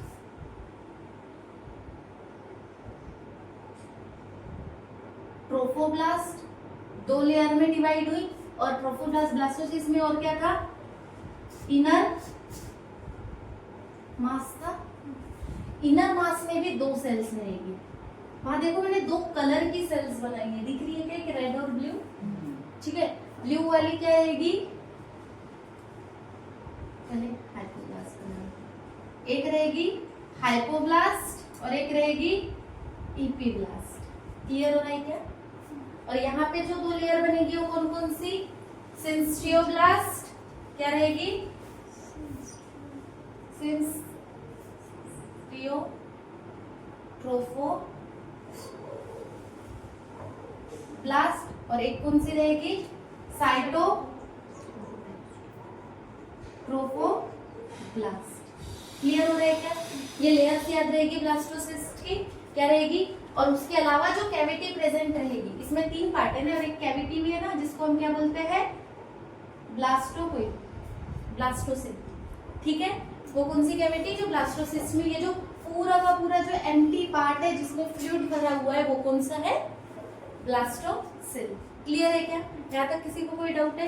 बरीड कौन करेगा, ये एम्ब्रियोनिकल एंड के तरफ से, कहाँ पे, एंडोमेट्रियम में, और कौन करवाएगा, ट्रोफोब्लास्ट। क्लियर है क्या यहाँ तक? ये पूरी प्रोसेस होने के लिए कितना दिन लगता, 10 दिन। 10 दिन में पूरा का पूरा जो एम्ब्रियो है एंडोमेट्रियम के अंदर में बरीड हो जाता है और पूरी तरीके से प्रॉपर इम्प्लांटेशन होता है। क्लियर हो रहा है? और कौन से रीजन में होगा, फंडस रीजन है, वो भी साइट डिसाइड करेगा। और मेनली किसका काम है, क्यों ट्रोफोब्लास्ट, क्यों ट्रोफोब्लास्ट कैसी होती है, स्टिकी, और वही जाके यूटेराइन वॉल से स्टिक हो जाती है। क्लियर है क्या? यहाँ पे इम्प्लांटेशन में सिर्फ इतना ही याद रखना है। नेक्स्ट लीड क्या करता है, अब ग्रास्टुलेशन। नेक्स्ट आता है ग्रास्टुलेशन। अब ग्रास्टुलेशन क्या था, ब्लास्टुला से ग्रास्टुला का जो फॉर्मेशन है उसी प्रोसेस को हम क्या बोलते हैं, ग्रास्टुलेशन। किसे, ब्लास्टुला से गैस्ट्रुला बन रहे, उसी प्रोसेस को हम क्या बोलते हैं, ग्रास्टुलेशन। अब ये मिनिमम कितने डेज पे होती है, 15 डेज में डन होती है। ठीक है। कितने दिन लगते हैं, 15, और स्टार्ट हो जाती है 8 days, 8 day of fertilisation. After 8 day of fertilisation gastrulation start होती है और 15 डेज तक ये पूरी की पूरी कंप्लीट होती है। और इसी प्रोसेस में क्या क्या होता है, सबसे पहली तो टिश्यू, देखो लेयर्स का फॉर्मेशन होता है 2 पार्ट में, ये जो डिवाइड किया गया है। सबसे पहले ब्लास्टोमेयर क्या होता है, डिफरेंशिएट होता है। ब्लास्टोमेयर पहला फेज क्या रहेगा, ब्लास्टोमेयर का क्या होगा, डिफरेंशिएशन होगा। डिफरेंशिएशन होगा तो 3 जर्मिनल लेयर्स बनेगी। पहली एक्टोडर्म, एंडोडर्म और मेसोडर्म। क्या क्या बनेगा? एक्टोडर्म, एंडोडर्म और मेसोडर्म, तीनों लेयर बनेगी। कौन कौन सी? Ectoderm, mesoderm, endoderm. ब्लास्टोमेयर क्या होगा? डिफरेंशिएट होगा किसके? इसमें 3 लेयर्स में। 3 जर्मिनल लेयर्स कौन कौन सी? एक्टोडर्म, मेसोडर्म, मेसोडर्म और एंडोडर्म। एंडोडर्म। ठीक है। और साथ में रीअरेंज होगा मूवमेंट, जितनी भी चीज जो चीजें फॉर्मेशन हुई है, सब चीजें जो लेयर से रीअरेंज होगी, रीअरेंज होके टिश्यू का फॉर्मेशन करेगी और साथ साथ ऑर्गेनोजेनेसिस होगा, मतलब ऑर्गन का डेवलपमेंट स्टार्ट होगा इसी प्रोसेस से। सबसे पहली चीज, ये जो 3 जर्मिनल लेयर्स है, यही स्टेम सेल्स है। क्या है? स्टेम सेल्स, जो अलग अलग टिश्यू में डिवाइड होके फिर ऑर्गन में डेवलप होती है। स्टेम सेल्स पता ही है।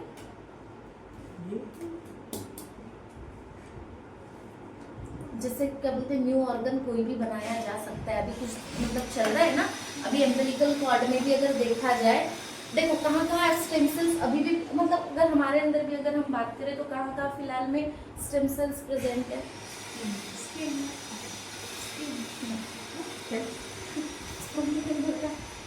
Bone marrow. कहाँ? बोन मैरो में स्टेम सेल्स प्रेजेंट होती है। हाँ दिया है यहाँ पे। क्लियर है? कुछ Umbilical- पार्ट,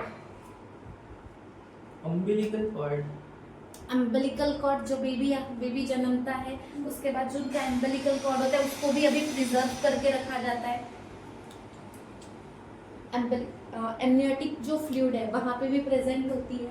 तो ये कुछ रीजन से, मतलब वो जो स्टेम सेल्स है फर्दर समझो, बच्चों को अगर फ्यूचर में अगर कोई ऐसी डिसीज हो गई है जिसको रिकवर नहीं किया जाता, फॉर एग्जाम्पल अगर ब्लड कैंसर है, समझ रहे हो, तो उस कंडीशन में स्टेम सेल्स से मतलब सेल्स बना के स्टेम सेल्स को रीजनरेट करके ब्लड कैंसर के ट्रीटमेंट के लिए भी काम आ सकता है, फ्यूचर के स्टडी के लिए। इसलिए अभी अम्बिलिकल कॉर्ड भी प्रिजर्व किया जाता है।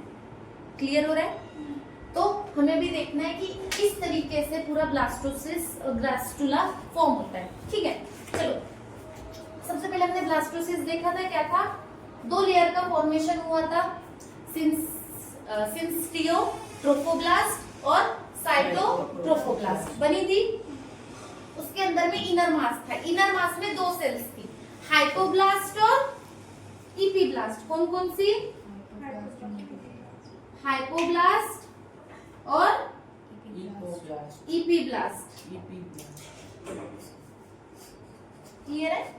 हाइपोब्लास्ट जो सेल्स है वो फर्दर डिवाइड होती है और बनाती है एंडोडर्म। क्या बनाती है? एंडोडर्म। और ये एंडोडर्म डेवलप होके ऐसे कैविटी का फॉर्मेशन करता है जिसको बोलते हैं यॉल्क सेल।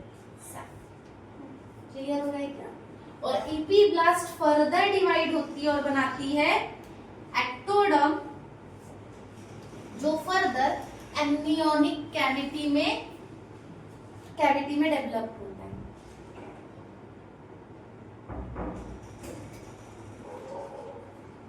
और बाद में एम्नियन में कन्वर्ट हो जाते हैं। क्लियर हो रहा है क्या? हमें बस यहाँ तक फिलहाल याद रखना है। ठीक है, फिर बाकी आगे देखते हैं। यहाँ तक डर है क्या? अब देखो, ये जो हाइपोब्लास्ट सेल है, यहाँ पे जो इनर मास था, इनर मास में खोलना है।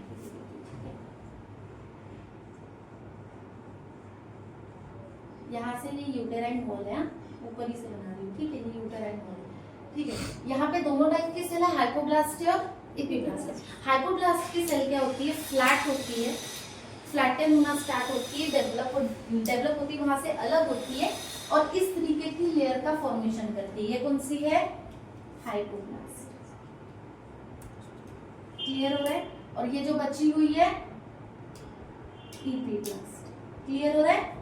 अब ये हाइपोब्लास्ट दिख रहा है, रीअरेंज हुई, 2 कैविटी, एक यहाँ पे कैविटी बना लिया, ब्लास्टोसियल कैविटी थी वहां पे, और ये सेल अभी भी इधर में अटैच है। क्लियर है? अब ये क्या होती है? रीअरेंज होती है। जो ये हाइपोब्लास्ट की जो सेल है, रीअरेंजमेंट होता है और रीअरेंजमेंट होके राउंड स्ट्रक्चर बना के ये कौन सी क्या फॉर्म करती है? यॉल्क सैक। ये जो कैविटी है ये क्या हो गई अब? यॉल्क सैक। क्लियर है? और ये जो आजू बाजू की जो लेयर है वो क्या हो जाएगी अभी? एंडोडर्म। क्लियर हुआ क्या? यहाँ तक डन है। अब ये जो इपीब्लास्ट है, इपीब्लास्ट कॉलमनार सेल्स बनाती है, दिख रही है? ये फ्लैट है, ये कैसे? कॉलम्स लाइक वाली, ठीक है। और फिर ये रीअरेंज होती है किसके साथ में? Cells of Rauber. Cells of Rauber क्या है? जहां से इनर मास कनेक्ट था, एम्ब्रियोनिकल नॉब, जिसको एम्ब्रियोनिकल नॉब की सेल बोलते हैं, रॉबर मास मतलब हम ये बोल सकते हैं it is a part of trophoblast. किसकी पार्ट है? ट्रोफोब्लास्ट। ट्रोफोब्लास्ट की सेल के साथ मिलकर वो कौन? इपीब्लास्ट सेल एक कैविटी बनाती है जिसका नाम क्या है? Amniotic cavity. क्या है? Amniotic cavity.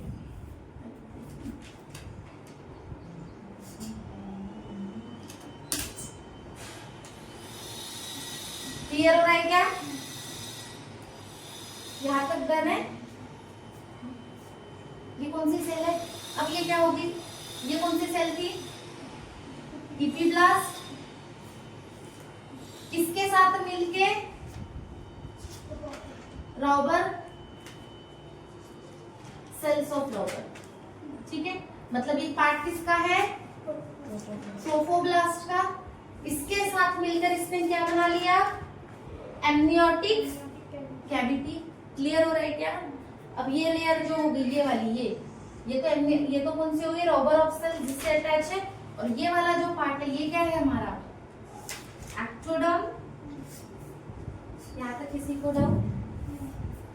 अब यहाँ दिख रहा है क्या? दो लेयर्स ऑफ फॉर्म हुई है। यहाँ दिख रहा है एक दो लेयर्स। तो क्या है? बिलामिनार डिस्क। क्या बोलते हैं इसको? बिलामिनार डिस्क का फॉर्मेशन करता है, ठीक है। दो लेयर है ना, अभी यहाँ पे दो स्नैप्स बने, दो लेयर बने। और देखो ये देखो यहाँ दिख रहा है ना, दो लेयर्स अभी फिलहाल में फॉर्मेशन हुआ है। फिर फर्दर जो मिडल वाली जो जगह होती है यहाँ पे थर्ड लेयर का फॉर्मेशन होता है। ये दिख रहा है, ये तो कैविटी है।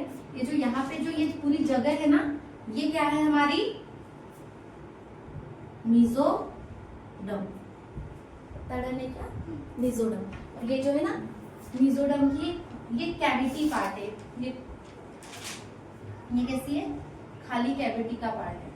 यहाँ पे कुछ भी नहीं, ओनली फ्लूइड है, पर ये मीजोडर्म की ही कैविटी है। क्लियर हो गया है क्या? अब देखो, अब याद रखना, एक मैं बता रही हूँ कोरियन की बात। किसकी? कोरियन की। अब ये कोरियन किससे मिलके बनता है? ठीक है, दिख रहा है क्या वहां पे? कोरियन यहाँ लिखा हुआ है। कोरियन बनता है, लास्ट लेयर क्या थी ट्रोफोब्लास्ट की?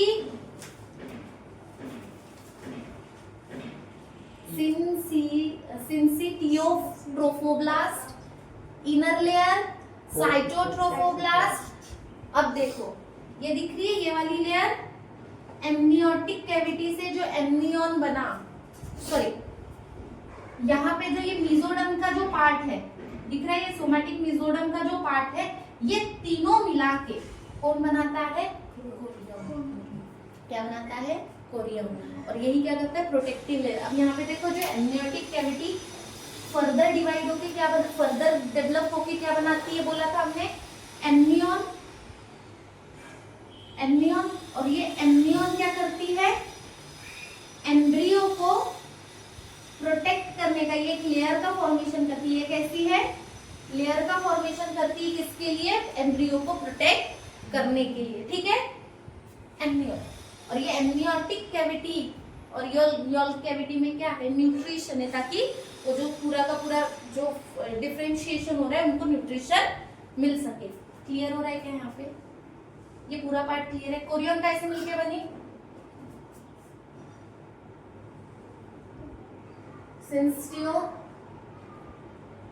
ट्रोफोब्लास्ट, साइटोट्रोफोब्लास्ट और extra embryonic somatic mesoderm, extra embryonic somatic mesoderm, इन तीनों को मिला के कौन बनेगा? क्लियर हो रहा है क्या? सेल्फ लेयर, प्रोटेक्टिव लेयर, ताकि प्लासेंटा का फॉर्मेशन, मतलब समझ रहे हो, किसको प्रोटेक्ट करने के लिए? एम्ब्रियो को प्रोटेक्ट करने के लिए और ऑर्गेनोजेनेसिस का फॉर्मेशन के लिए। यहाँ तक डन है क्या? पक्का? कोई डाउट है? क्या क्या हुआ था प्रोसेस में? पूरा क्लियर है? एपिब्लास्ट, हाइपोब्लास्ट, हाइपोब्लास्ट फ्लैट होती है और रीअरेंज हो जाती है एक ऐसे दो कैविटी में। देखो एक ये कैविटी फॉर्मेशन कर लेगा और दो पार्ट में डिवाइड कर लेगा और फिर बाद में रीअरेंज होगी और क्या बना लेगी? यॉल्क साइड बना लेगी और जो आजू बाजू जो कवरिंग हो जाएगी वो बना लेगी एंडोडर्म। डन। उसके बाद क्या होगा? एपिब्लास्ट कॉलमनार सेल्स में डेवलप होगी और रीअरेंज होगी और किसके साथ मिलकर? रॉबर, सेल्स ऑफ रॉबर के साथ मिलकर क्या बनाएगी? एमनियोटिक कैविटी, और फर्दर डेवलप होगा एमनियन में, जो प्रोटेक्टिव लेयर फॉर एम्ब्रियो के लिए रहेगा, मतलब एम्ब्रियो को प्रोटेक्ट करने के लिए रहेगा। क्लियर है? मिडल वाली जो स्पेस है वो क्या बनाएगी? मीजोडर्म। मीजोडर्म में भी ये कैविटी वाला पार्ट है और आजू बाजू ये पूरा पार्ट जो है वो किसका आ जाएगा? ये जो दिख रहा है यहाँ पे ये पूरा पार्ट ये मीजोडर्म का रहेगा। क्लियर हो रहा है? अब मीजोडर्म, एमनियोटिक कैविटी, ये सब। अब कोरियन क्या आता है? कोरियन किससे मिलके बना?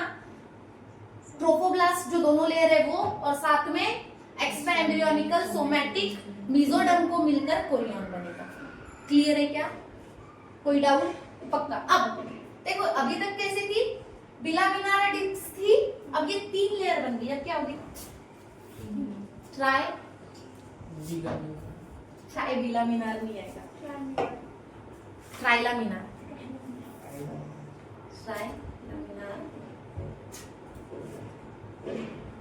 इसका फॉर्मेशन। क्यों? अब क्या होगी? 3 लेयर हो गई ना, तो ट्राइलामिनार डिस्क का फॉर्मेशन करेगी और यही फर्दर क्या करेगा? हिस्टोलॉजी, मतलब स्टडी ऑफ टिश्यू, तो हिस्टेलोजेनेसिस का फॉर्मेशन करेगा, मतलब formation of tissue, and organogenesis organs का डेवलपमेंट करेगा। क्लियर है? अब कौन सी लेयर से कौन से ऑर्गन बनते हैं वो देखते हैं। देखो अब आते हैं कि कौन सी लेयर से कौन से ऑर्गन बनते हैं। एक्टोडर्म बहुत इजी है, क्या याद रखोगे? Set B. क्या याद रखोगे? B set, set B, set B. S for skin, क्या होगा?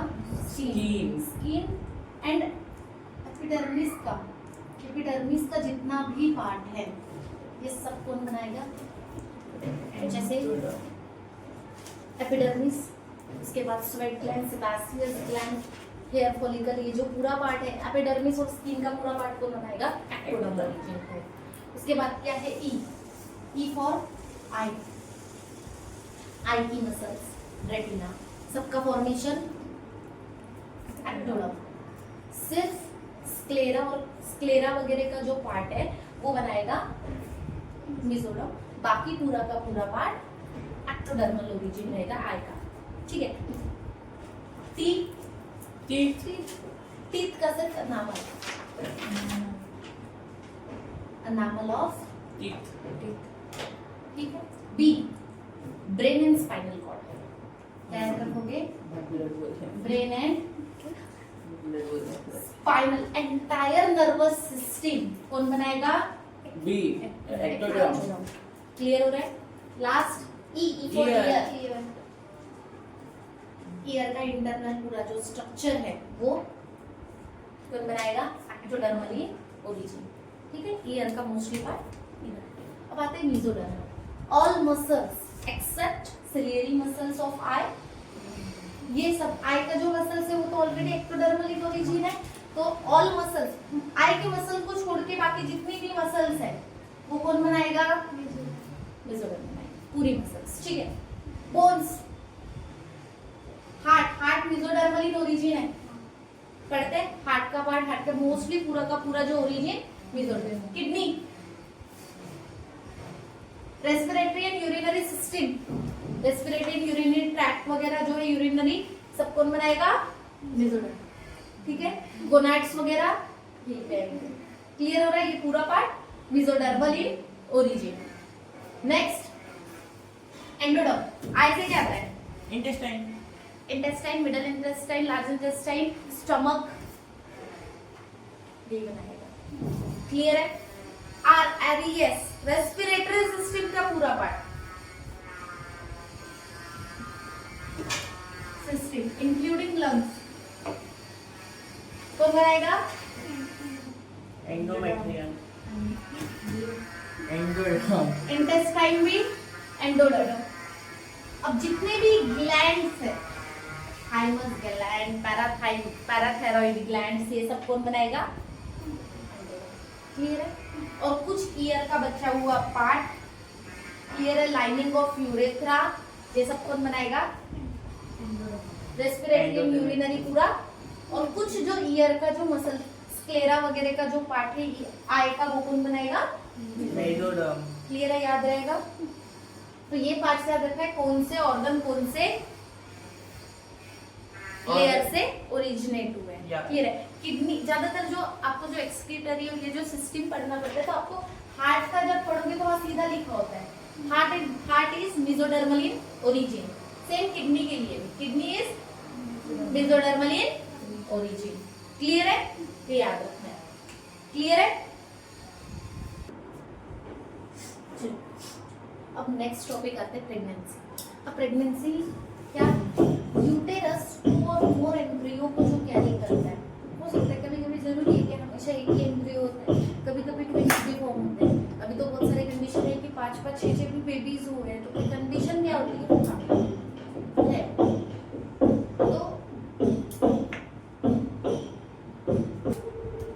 तो मोस्टली तो क्या होता है, जो यूटेरस 2 और मोर एम्ब्रियो कैरी करता है, क्या होता है? यूटेरस 1 और मोर एम्ब्रियो को क्या करता है? कैरी करता है ना, कैरी करते हैं। उसी पीरियड को बोलते हैं हम जेस्टेशन पीरियड। ठीक है, क्या बोलते हैं? जेस्टेशन। मतलब पूरी तरीके से यूटेरस में एम्ब्रियो क्या हो रहा है? डेवलप हो रहा है। क्लियर हो रहा है? अब सुनो, प्रेगनेंसी की अगर बात करें, फर्टिलाइजेशन से अगर देखा जाए तो 266 डेज की होती। कब से? Fertilisation to parturition. ठीक है, अगर लास्ट मेंस्ट्रुअल साइकिल, और काउंट भी कभी कभी कहाँ से की जाती है? LMC, मतलब लास्ट मेंस्ट्रुअल साइकिल से अगर काउंट करते हैं कितने डे की चले जाएगी? 280 डेज। क्योंकि क्या हो जाएगा? 266 प्लस 40। क्लियर हो रहा है क्या? ये डे ऐड कर देंगे तो क्या हो जाएगा? ये प्रेगनेंसी इतना कवर हो जाएगा। क्लियर है? अगर हम देखा जाए तो 3 फेजेस में, 3 ट्राइमेस्टर पीरियड्स में प्रेगनेंसी को डिवाइड किया है। कितने? 3। First trimester, second and third. ये होता है फर्टिलाइजेशन 12th वीक,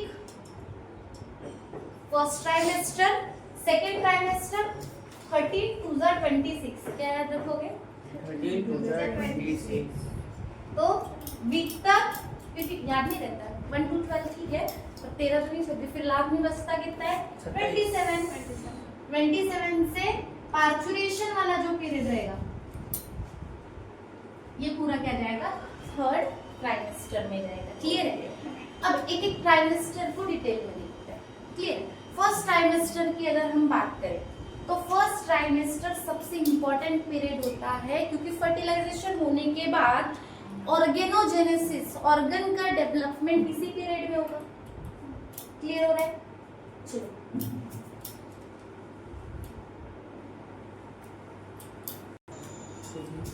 क्या आते हैं? फर्स्ट ट्राइमेस्टर पीरियड में, मतलब जो फर्टिलाइजेशन टू 12th वीक तक होता है। ठीक है, देखो शुरुआत में 2 to 4 वीक्स तक जो बेबी रहता है, जो मतलब फिलहाल में जो एम्ब्रियो है, वो उसको न्यूट्रिशन प्रोवाइड करता है एंडोमेट्रियम। न्यूट्रिशन किससे लेता है? एंडोमेट्रियम। एंडोमेट्रियम से। क्लियर है?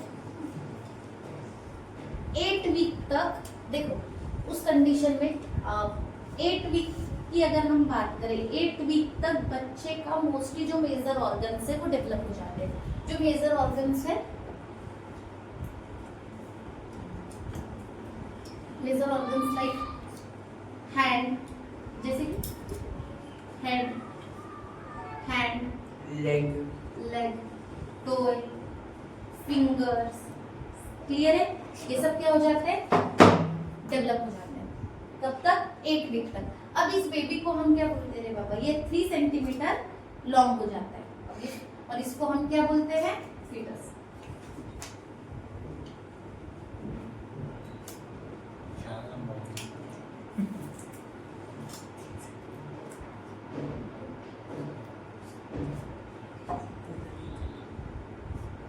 ठीक है, अब क्या बोलेंगे इसको?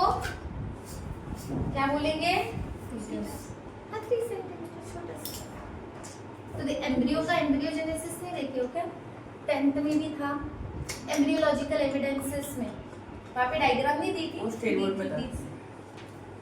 स्टेट बोर्ड में था वो, हमको नहीं था। अच्छा, सीबीएसई वालों को नहीं था क्या? अब क्या बोलेंगे इसको? फीटस। सुनो, 3 centimetre long foetus, mostly organ develop हो जाएंगे। ठीक है, 6 वीक में एक क्या रखना, 6th वीक में बच्चे को हार्ट बीट, मतलब हार्ट डेवलप हो जाता है, हार्ट बीट आना शुरू हो जाता है 6th वीक में। क्लियर है? उसके अलावा अब 8th वीक तक अगर देखा जाए, सीएनएस डेवलप हो जाता है। क्या डेवलप हो जाता है? सीएनएस डेवलप हो जाता है। उसके अलावा सर्कुलेटरी एंड एक्सक्रीटरी सिस्टम पे डेवलप हो जाता है।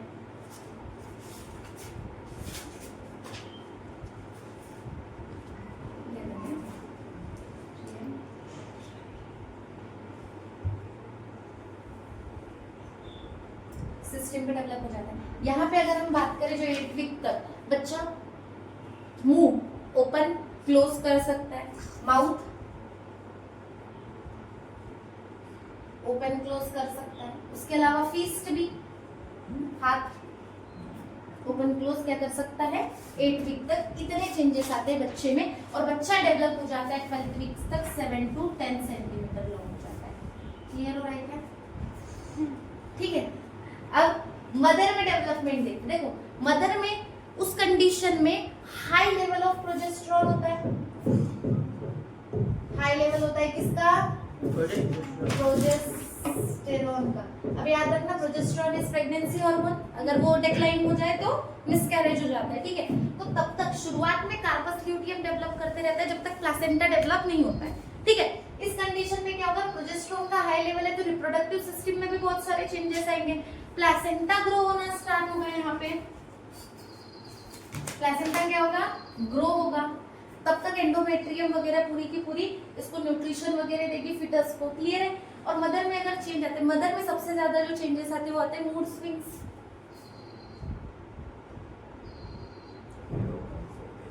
मतलब नोशिया, वोमिटिंग, कभी भी सॉरी मॉर्निंग सिकनेस, जिसमें क्या क्या मूड स्विंग, साथ में नोशिया, वोमिटिंग, ये सब क्या रहेंगे? नौशिया मतलब से जी मचलाना। नोशिया मतलब जी मचला। फिर क्या हो गया? पता नहीं क्या।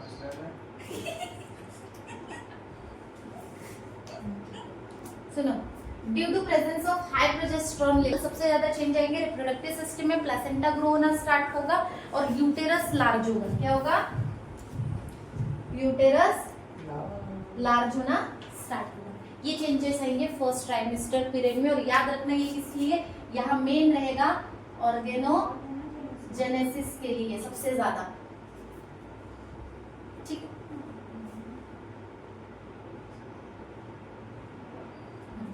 क्लियर है? मेन कहाँ पे स्टार्ट होगी? फर्स्ट ट्राइमेस्टर में। ठीक है, क्या क्या हुआ? एंडोमेट्रियम 2 to 3 वीक तक, जब तक प्लेसेंटा डेवलप नहीं होता। तब तक पूरी तरीके से एंडोमेट्रियम ही क्या करेगी, बच्चे को या फीटस को न्यूट्रिशन प्रोवाइड करेगी। प्लासेंटा डेवलप होने के बाद कॉर्पस ल्यूटियम बाकी वगैरह का भी काम खत्म हो जाएगा, क्योंकि प्लासेंटा खुद ही प्रोजेस्टेरोन रिलीज करना स्टार्ट कर देता है। प्रोजेस्टेरोन का वर्क है, प्रोजेस्टेरोन जो एंडोमेट्रियम की जो वॉल है ना उसको थिकनेस बनाए रखता है। इफ अगर प्रोजेस्टेरोन का लेवल खत्म हो गया तो क्या हो जाएगा, एंडोमेट्रियम ब्रेक होना स्टार्ट हो जाएगा। और इफ अगर एंडोमेट्रियम ब्रेक हो गई तो इम्प्लांटेशन हो पाएगा क्या, पॉसिबल है, मिसकैरेज हो जाएगा। क्लियर है? तो वो कंडीशन में हाँ ठीक है। अब आते हैं सेकेंड ट्राइमेस्टर पे। सेकेंड क्या, सेकेंड ट्राइमेस्टर कहाँ से स्टार्ट होगा, 13 to 26 क्या है, 13th week to 26। यहाँ पे क्या रहेगा, सेकेंड ट्राइमेस्टर। अब सेकेंड ट्राइमेस्टर पीरियड की अगर हम बात करें तो मोस्टली यहीं पे फीटस का पूरी तरीके से ग्रो होता है। फीटस क्या होगा, ग्रो होगा और 30 सेंटीमीटर लॉन्ग, 30 सेंटीमीटर लॉन्ग, और मोस्टली डेवलपमेंट इसी पीरियड में होगा बच्चे का। ब्रेन का डेवलपमेंट स्टार्ट होगा इसी पीरियड में। इसका ब्रेन देखो ब्रेन फॉर्म तो हो जाता है पर डेवलप पूरी तरीके से कहाँ पे होता है, सेकेंड ट्राइमेस्टर में होता है। कभी 7 मंथ बोलते हैं ना, 7 मंथ का बेबी पैदा हुआ, देखिए ना 7, तब उसका उस बच्चे का प्रॉपर क्या बोलते हैं ना, ब्रेन डेवलपमेंट नहीं रहता है, क्योंकि वही पीरियड है, समझ रहे? तो वो पीरियड में बच्चे का मोस्टली ब्रेन डेवलपमेंट होता है। क्लियर हो रहा है? तो ब्रेन डेवलपमेंट की प्रोसेस कहाँ पे स्टार्ट होती है, सेकेंड ट्राइमेस्टर पीरियड में। क्लियर है? अब यहाँ पे पूरी तरीके से जो कॉर्पस ल्यूटियम है, अब जितने भी जो हार्मोन लेवल है यहाँ पे स्टेबलाइज्ड होते हैं। क्या होते हैं, स्टेबलाइज्ड, हार्मोन लेवल यहाँ पे स्टेबलाइज्ड होते हैं। अब क्या होता है, प्लासेंटा डेवलप, प्लासेंटा का फुल्ली डेवलपमेंट हो गया, प्लासेंटा फॉर्मेशन हो गया। अब प्लासेंटा क्या करता है, अब कॉर्पस ल्यूटियम क्या हो जाता है, डिटोरिएट हो जाता है, डीजनरेट हो जाता है। कॉर्पस ल्यूटियम यहाँ पे क्या हो जाएगा, डीजनरेट, ल्यूटियम यहाँ पे डिटोरिएट हो जाएगा, खत्म हो जाएगा। HG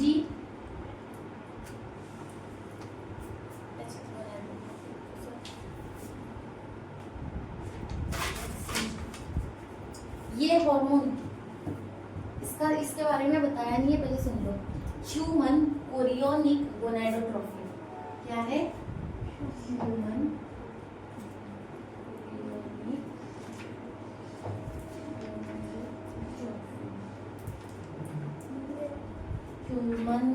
कोरियोनिक गोनाडोट्रोफिन हार्मोन के बारे में मैंने बताया नहीं है। सुनो, जैसे फर्टिलाइजेशन होता है, आफ्टर फर्टिलाइजेशन जो ब्लास्टुला वगैरह जो फॉर्मेशन होता है उस टाइप पे जो गोनाडोट्रोफिन हार्मोन है, एड्रेनल पिट्यूटरी रिलीज करना, जो यूरिनेशन है उसमें एक हार्मोन रिलीज होना स्टार्ट होता है, ह्यूमन कोरियोनिक गोनाडोट्रोफिन। इसका काम क्या है, देखा है प्रेगनेंसी टेस्ट करते हैं, वो जो किट आती है प्रेगनेंसी की, कैसे प्रेग्नेंट है पता चलता है। एक तो ऑप्शन है कि अल्ट्रासाउंड करवा लें, ठीक है, उस कंडीशन में पता चलता है, या फिर दूसरा कंडीशन ये होता है कि जो प्रेगनेंसी किट है वो जो यूरिन से जो टेस्ट की जाता है उसमें क्या प्रेजेंट आता है, HCG हार्मोन अगर प्रेजेंट हुआ, HCG हार्मोन अगर प्रेजेंट हुआ तो क्या बोला जाता है कि फीमेल प्रेग्नेंट है, ठीक है। तो ये जो हार्मोन है इस कंडीशन में पूरी तरीके से क्या हो जाता है, डिक्लाइन होना स्टार्ट हो जाता है। कब, सेकेंड ट्राइमेस्टर, ठीक है। यूरिन में HCG हार्मोन का प्रेजेंस होना मतलब फीमेल प्रेग्नेंट है। क्लियर है? तो ये हार्मोन सेकेंड ट्राइमेस्टर में क्या हो जाता है, कॉर्पस ल्यूटियम खत्म। अब ये इन दोनों का पूरा काम, प्रोजेस्टेरोन को रिलीज करने का काम कौन ले लेगा, अब प्लेसेंटा। अब ये प्लेसेंटा जो फॉर्म हुआ है, प्लेसेंटा प्रोजेस्टेरोन रिलीज करना स्टार्ट करेगा, न्यूट्रिशन प्रोवाइड करना कौन स्टार्ट करेगा, क्लियर है। ये पूरा का पूरा कहाँ पे होता है, सेकेंड ट्राइमेस्टर पीरियड। क्लियर है? अब आते हैं इधर से 18 to 20 वीक में अल्ट्रासाउंड करवाते हैं। अल्ट्रासाउंड पता है ना, नॉर्मल अपन क्या बोलते हैं उसको, सोनोग्राफी, ठीक है। अल्ट्रासाउंड सोनोग्राफी करवाते हैं 18 to 20 वीक में। क्यों? ताकि बच्चा डेवलप हो चुका है पूरी तरीके से, जो फीटस है वो डेवलप हो चुका है, 30 सेंटीमीटर लॉन्ग हो चुका है, तो बच्चे की प्रॉपर पोजीशन क्या है, उसकी ग्रोथ कैसी है, और इसी पीरियड में एस्टिमेट डिलीवरी, पार्चुरेशन की जो डेट है, डिलीवरी बच्चा पैदा कब होगा, वो डेट को डिटरमाइन किया जाता है। कब? 18 to 20 वीक्स में। और बच्चे की प्रॉपर ग्रोथ, पोजीशन और पूरा का पूरा मतलब उसको प्रॉपर वेशन न्यूट्रिशन मिल रहा है या नहीं, वो सब इस पीरियड में देखते हैं और अल्ट्रासाउंड के हेल्प से। क्लियर हो रहा है? ये होता है पूरा का पूरा सेकेंड ट्राइमेस्टर में। क्लियर है?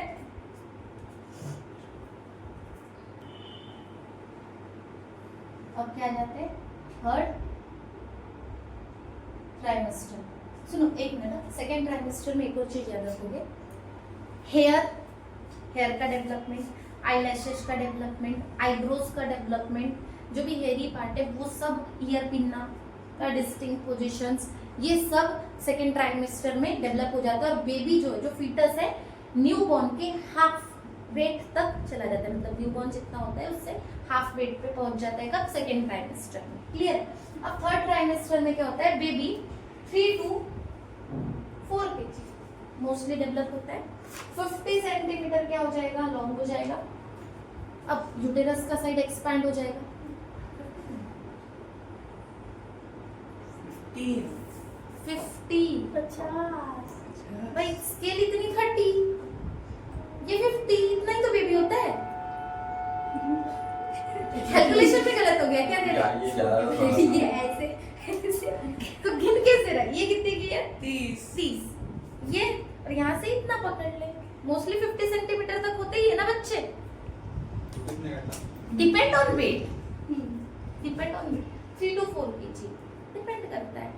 हर जरूरी है हर बच्चा 4 kg का ही रहेगा, कोई 3-2.5 kg, मतलब 2.5 kg के रहते हैं, 3 kg रहता है, कोई 1.5 kg के भी बच्चे रहते हैं। ठीक है, तो ये कंडीशन भी हो सकती है। ठीक है, तो 50 सेंटीमीटर तक बेबी वो हुआ।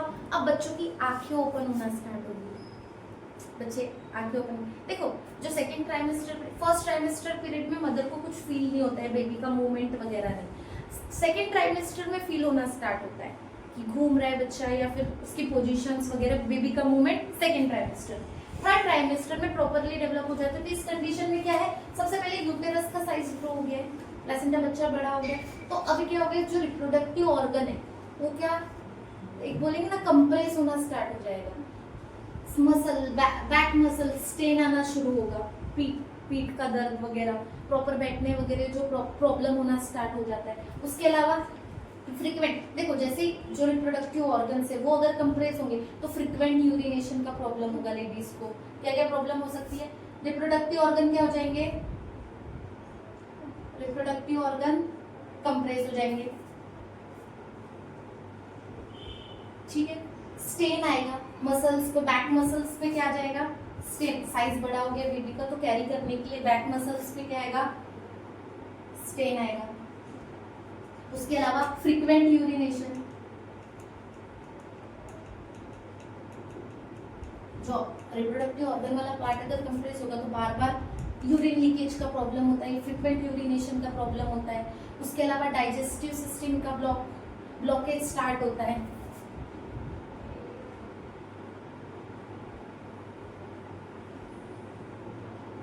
बोलते हैं ना खाना खा के नहीं हो रहा है या फिर प्रॉपर डाइजेस्ट नहीं हो पा रहा है, वो कंडीशन, क्योंकि बेबी का साइज बड़ा हो गया, पूरे ऑर्गन कंप्रेस हो गए, तो उसके ऊपर फ्रीक्वेंट इफेक्ट किस पे आता है, बाकी अदर मदर के बॉडी पार्ट्स पे आता है। और अब बेबी पूरी तरीके से फुल्ली डेवलप है।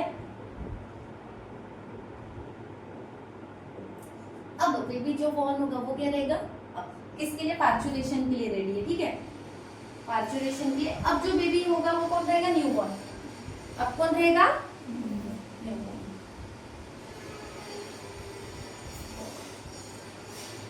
क्लियर हो रहा है। फर्टिलाइजेशन टू टिल यहाँ तक क्या है, फिटस, उसके बाद न्यूबॉर्न। क्लियर हो रहा है कि यहाँ पे तीनों ट्राइमेस्टर डन है।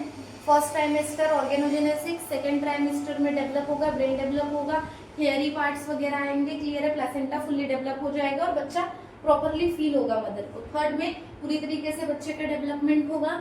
साथ में मदर को सबसे ज्यादा यहाँ पे प्रॉब्लम फेस करने को मिलेगी और बच्चा पूरी तरीके से यहाँ पे डेवलप होके पार्चुरेशन के लिए रेडी रहेगा। देन तीनों ट्राइमेस्टर प्रेगनेंसी के बाकी placenta, parturition, lactation period and reproductive health हम नेक्स्ट लेक्चर में डिस्कस करेंगे। यहाँ तक हमने अभी तक कहाँ तक डिस्कस कर चुके हैं, प्रेगनेंसी तक हमारा यहाँ पे कंप्लीट हो गया है, बाकी हम नेक्स्ट लेक्चर में डिस्कस करेंगे। Thank you.